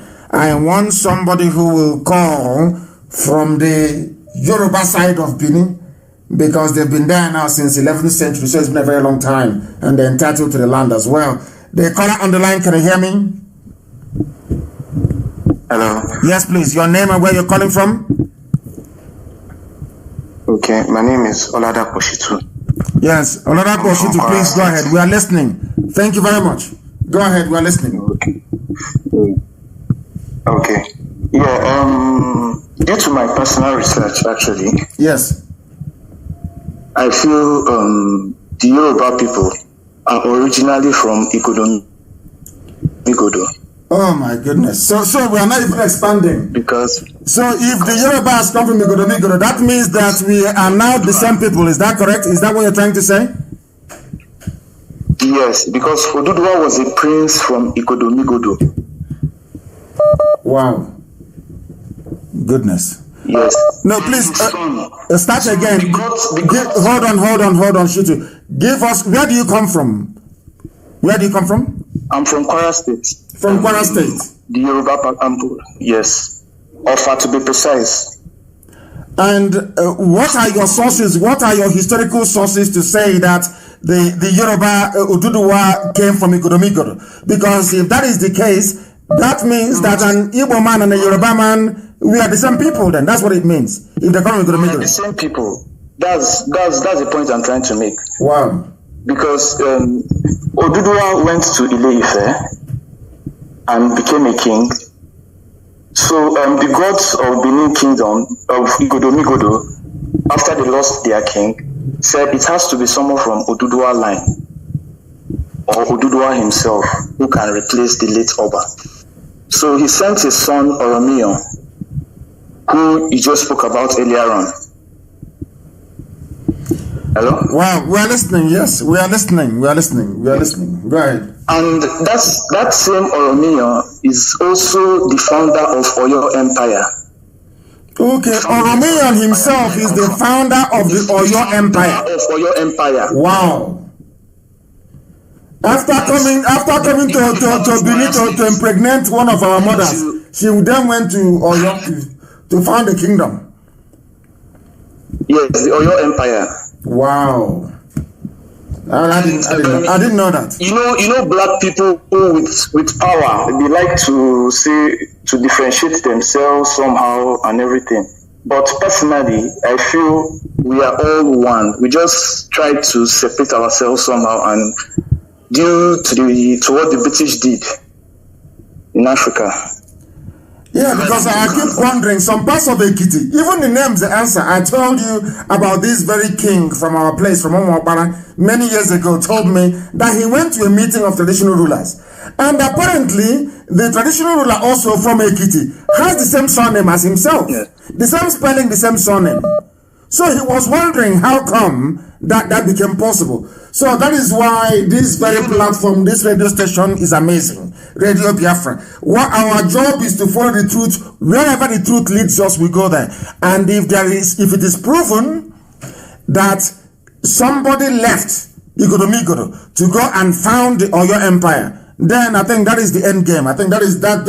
I'm not sure the Fulanis will like it, but I think that is the end game, to be honest with you. Yes. And for instance, someone like, I don't know if you've heard it before, someone like Omoyele Sowore, do you know he's an Ijaw man? Yes, he is. Ondo State. I know he's Ijaw, yes, I know. Sowore is actually a Biafran, to be honest with you, because he's part of Ijaw, is in Ondo State, and is a Biafran. Yes. Ondo State. Yes.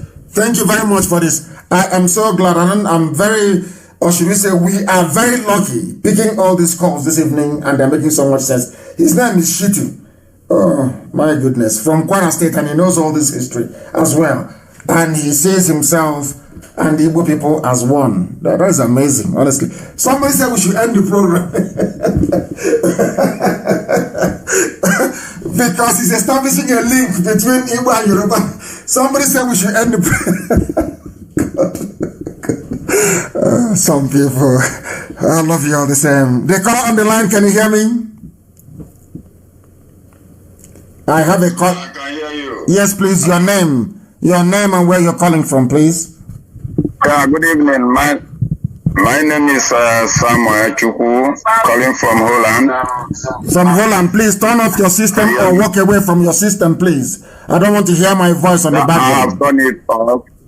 Go ahead. Yeah, I agree with you. I could remember those days because I grew up in Uromi, that is Edo State, and I schooled there. Yes. And I remember those days because my father is a qualified pharmacist, and he is the one who is treating the Onoje of Uromi then. Wow. Anytime the Onoje of Uromi is sick, he doesn't go to hospital.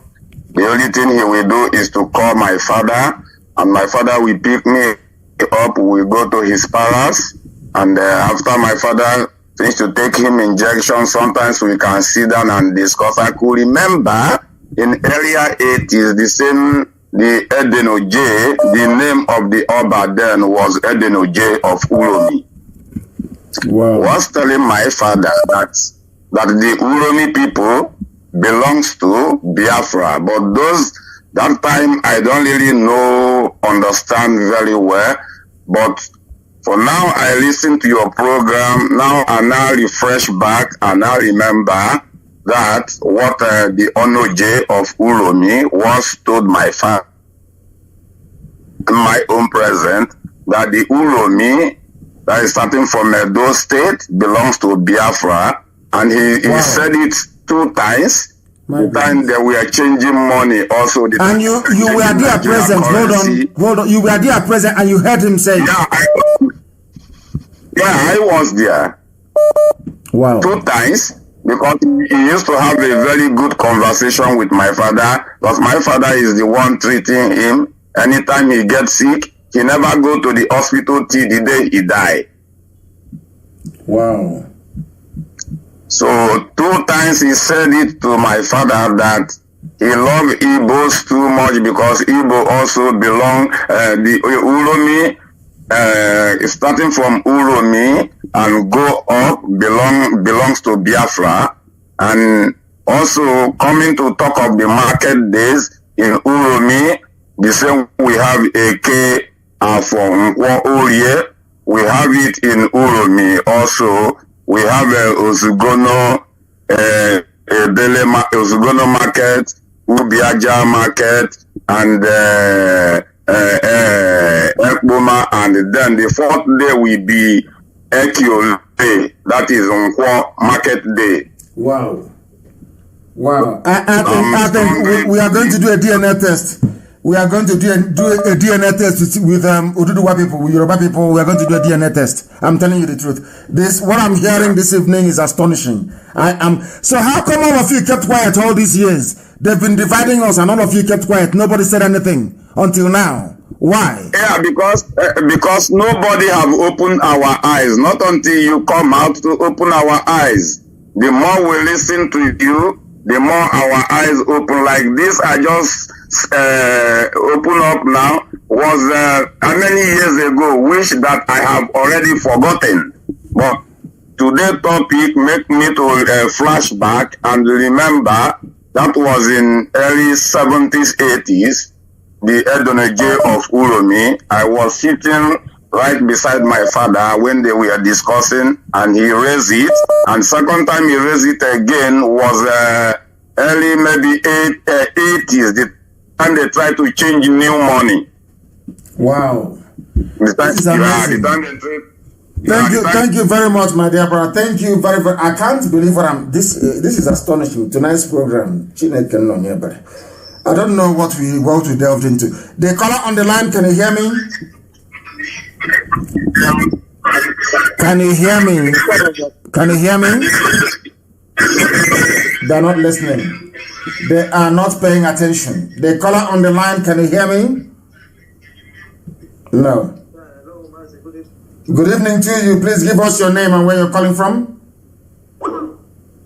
Okay, my name is Mazi Nnamdi Kanu Aug.02. I'm coming from Benin Republic. Benin Republic, yes.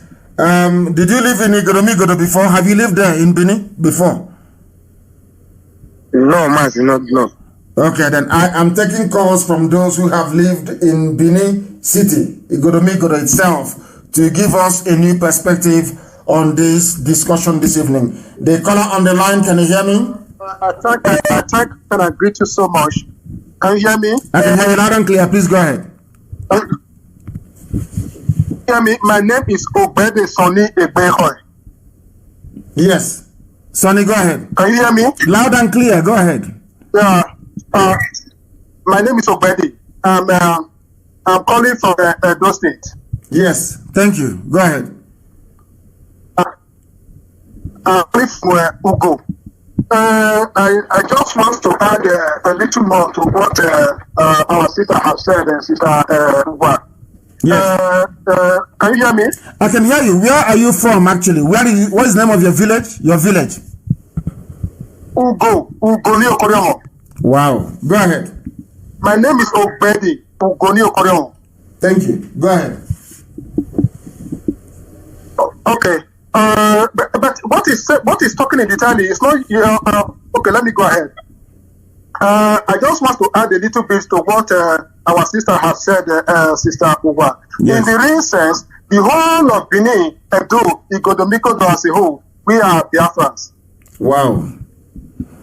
Why do I say that? Is that we are Biafrans? Is that both the names and everything all are almost the same, a little slight different. And before that, around 14th century, it was a very great exodus migration that took place.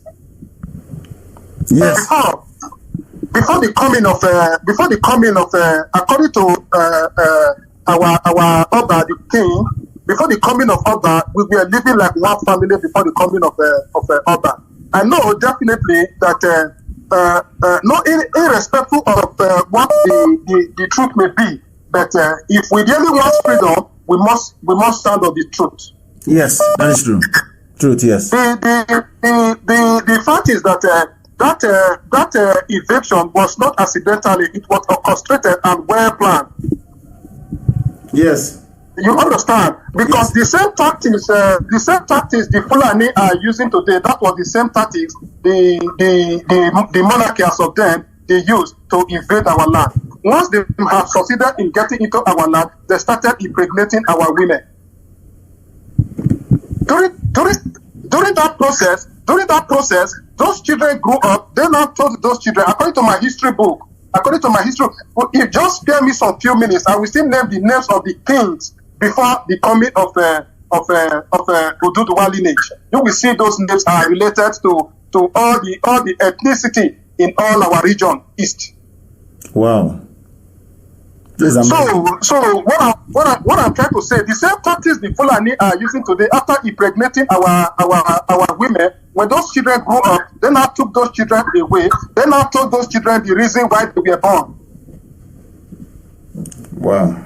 So they now use those children to take an oath that this is their mission, this is their battle. That was how they conquer Igoromigodo. They did not change the name to be Benin. Just as the same time, all market days, everything, every village has their own day of market, just as the same. There is nothing different, even up to the name. If you can spare me some few minutes, you will see the names of those kings. Many of those names, the Igbo, the Edo, the Jaw, the Calabar, all those names of those former kings before the coming of Oromia or the lineage of Oduduwa until that Igodo. Now, there is something I want to say this evening which may confuse a few people. But I now know the reason why Biafra did not come in 1970, between 67 and 70. I think that Biafra will not be complete without Igodomigodo. I'm being honest with you. Biafra is incomplete without Igodomigodo. There is something about that place. Even the name it bears is very deep and mysterious. A key within a key. Igodomigodo, the key that opens the key. There must be something there about that place. There must be something about that place which we still don't know about. Can you hear me? Yes, I can hear you. Go ahead. Yes, I can hear you. I have mentioned my name under the banner of Uwa. Take notes now. There will be some code we send to you that will lead us through this struggle of Biafra, which nobody has ever the code. But I will send it to you. That one will be some part of our guardians during this struggle. Okay. It's a secret code. Please pass it through or will send it to me. I believe you never told me anything about secret code before I said this. Maybe there is something about that particular, that Igodomigodo. That is the reason why, because I don't think that God will want to liberate his children and leave other half somewhere. I think he wants to gather all of us together at the same time and we live at the same time. That's what I believe. Yes. Honestly speaking. Yes. That's what I believe. We must keep telling our blood brother over there that whom they are, because they have been carried away with fear, in the sense that those that did this thing, they know one day that the truth will be revealed. So because of that, they put fear onto their mind, in the sense that they are a God, that you don't talk to God, because they know without boldness you cannot free yourself. That was their agenda. They concentrated those fear ever since those years. Wow, thank you very, very much. I am delighted and I am waiting for the code. Thank you very, very much. Somebody is saying here, as a Yoruba man, due to my own research, Oduduwa was originally a prince from Igodomigodo, present-day Benin Kingdom. He was banished and went to be a king in Ile-Ife. When the late Ogiso died, the gods of Igodomigodo said the new Ogiso must be Oduduwa or his bloodline. Oduduwa declined and sent his son Oromiyan to be king. So Oromiyan had a child called Eweka, which of course is an Igbo name, changed the title from Ogiso to Obaship, and renamed Igodomigodo to Ile Ibinu, meaning land of vexation. Oromiyan later installed his son as Oba and left Benin Kingdom to go and discover the Oyo Empire. Hey, there is there's a problem here. Okay, we shall see. There's going to be some sort of DNA, I'm going to tell you the truth. DNA between us and our Yoruba brothers. We're going to have a DNA, because what I'm seeing here, people are stating facts. These are not conjectures. People are stating facts. And the Oba of Benin actually opened his mouth and said the same thing. So that means that the boundary of Biafra actually starts in Ondo State. So this is why there has been this delay all this time. And can you imagine, had there not been any Radio Biafra, would all these things have come to light? I believe that the answer is no. Let me take one more call and see if they can shed more light on this. The caller on the line, can you hear me? The world is listening. We are Radio Biafra, we are live and we are direct. Your name and where you're calling from, please. This caller on the line, can you hear me for the last time? No, I don't think they can hear me. And with that, I believe that we have come to the end of the... People are still calling. My Lord and my God. The caller on the line, can you hear me? Hello, Mazi Nnamdi Kanu. I know I am not from Biafra. Let me introduce myself to you first. Go ahead. I am from Gambia, and I am Tijan. But honestly, I want to thank you for being the enlightenment, for being the sea of wisdom to humanity. You are not only serving the Biafrans, I can tell you. You are serving the whole of Africa with knowledge. And I only want to tell you one thing, because I'm not going to talk much, because I'm not from Biafra, but I want to tell you that you keep the spirit up. You are a great man. I love your presentation. Thank you very much. Thank you. From Gambia. You said from Gambia? I love your presentation. I am living in I am from Gambia, but right now I'm living in Holland, Amsterdam. You're in Amsterdam. From Gambia. Thank you very much, living in my dear Amsterdam, brother. but I listen to your programs through my friend. Wonderful. I am from Gambia. Thank you very much. But I am telling you just to keep one thing up. Just keep enlightening the young youths, because I am just 19 years old, and I want to tell each and every Biafran to stand up with you, because you are a legend. Every legend Africa has been taken down, or has been taken down by this disgruntled politicians we have. But I want each and Biafrans, those who are abroad, those who are in the country, because I have a Biafran friend who told me that, Sheikh, do you know what he tells me? No. Let me tell you this. He told me that, my younger one, if you go to anywhere and you don't find an Igbo man there, run away from there. Yes. And I know that Igbo people are dispersed in all over the world. And I also know about one thing about the Igbo people. They are very intelligent. Of course, you guys have the wisdom, you have the courage, you have everything it takes to build up your own desired country. I swear to you, Nnamdi Kanu, I will come to Biafra with my brother who is always listening to you. And if I come to Biafra, I'm gonna be happy, even though I'm not from there. Biafra, let's keep this spirit up. I love you, Mazi Nnamdi Kanu. Thank you very much. I love you too, my dear brother. Thank you very, very much. He is from Gambia, but living in Holland. We don't hate anybody. I'm being honest with you. I want Africa to be free, and I'm sure that is the wish of every Biafran right across this very planet. Tonight's broadcast, people are saying it is a bomb, and that we must continue, that we should continue on such trail. Our desire is to bring this noble family together. But I don't know how that Oromian impregnated the woman. I hope it's not by force. I hope it's not by force. The one that gave birth, because sometimes the calls are plentiful. The calls are plentiful.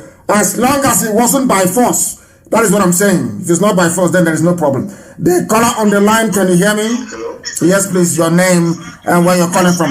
Turn the system down. Turn it down, please. I beg of you. Turn it down. Hear you. Yes. Good evening to you. Your name and where you're calling from? My name is Adabanya Chuboye Joseph. I'm from Anambra State, but I'm calling from Cyprus. Give us your name again, please. Did you say Adebayo? My name is Adabanya. Adabanya. Okay, please. I think I'm also Adebayo. Hey, please go ahead. Adabanya Chuboye. Thank you. Honestly, I'm Anambra, but I'm not from Edo and the rest. But I just want to contribute particularly about the Igala Kingdom, because it seems almost the same with the Edo people. I lived in Kogi State, Edo precisely, for about many years, so I can tell more about it. I heard about one of your programs the last time you talked about the Igala Kingdom and the rest of them. Yes. So it motivated me, and I started talking with some of my Igala friends I had, and I put it straight to them that can they really change the narratives of yesterday by looking into their histories? And honestly, these are diehard One Nigerians. These are diehard restructurers. And when I engaged them, they really went back and made research.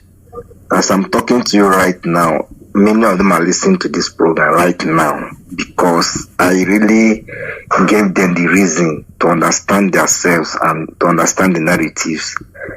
So I felt, in as much as maybe I can't be in that position to do more, but the little effort I can do, I will do it for the struggle.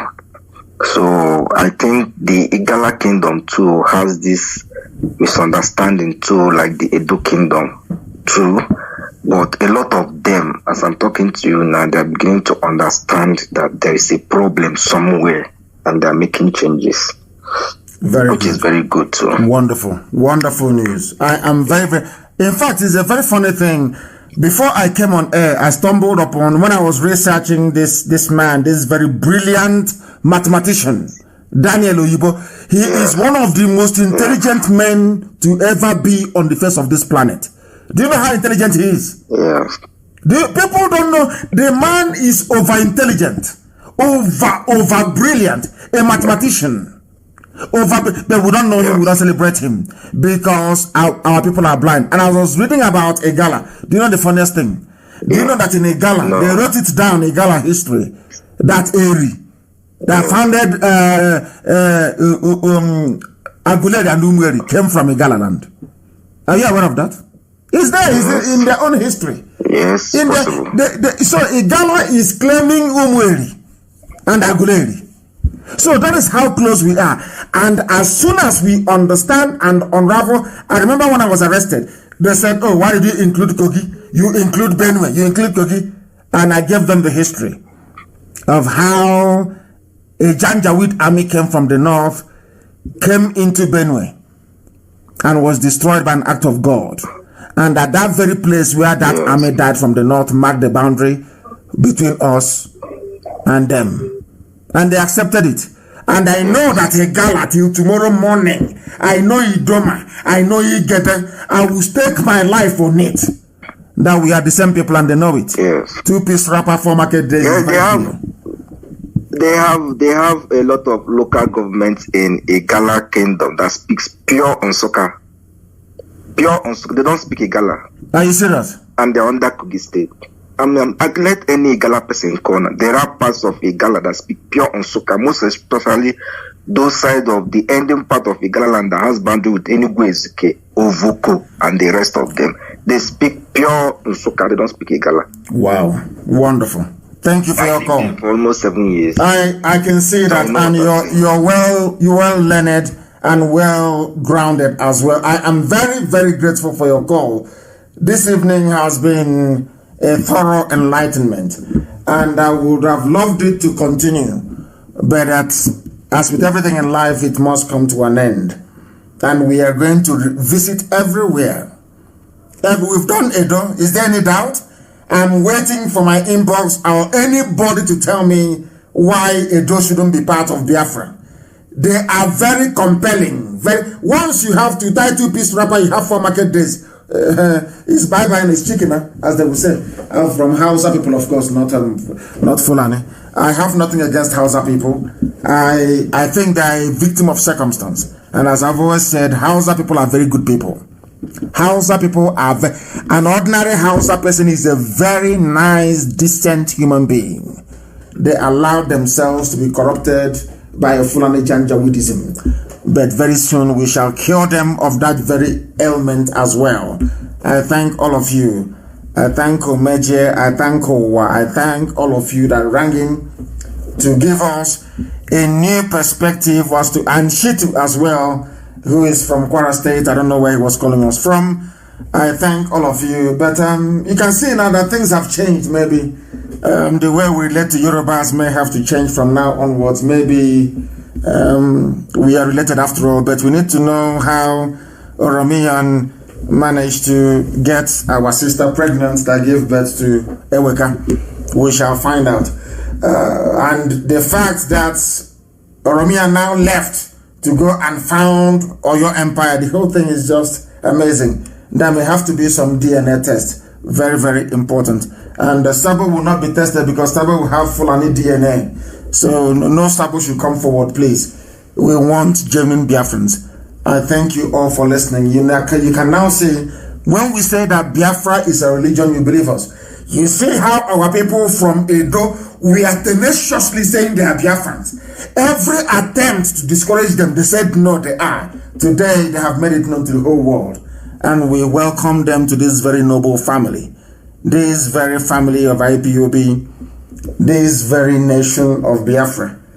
When we say that Biafra is our religion, you can now understand how fanatical we are about who we are. And here on Radio Biafra is where we worship, because Elohim is our God. I thank you very much, all of you, for listening. And my love and appreciation for all of you knows no bounds. You can see what we can achieve once we have a civilized and honest discussion and debate. I cannot thank all of you enough this evening. But from me, from here, it is good evening.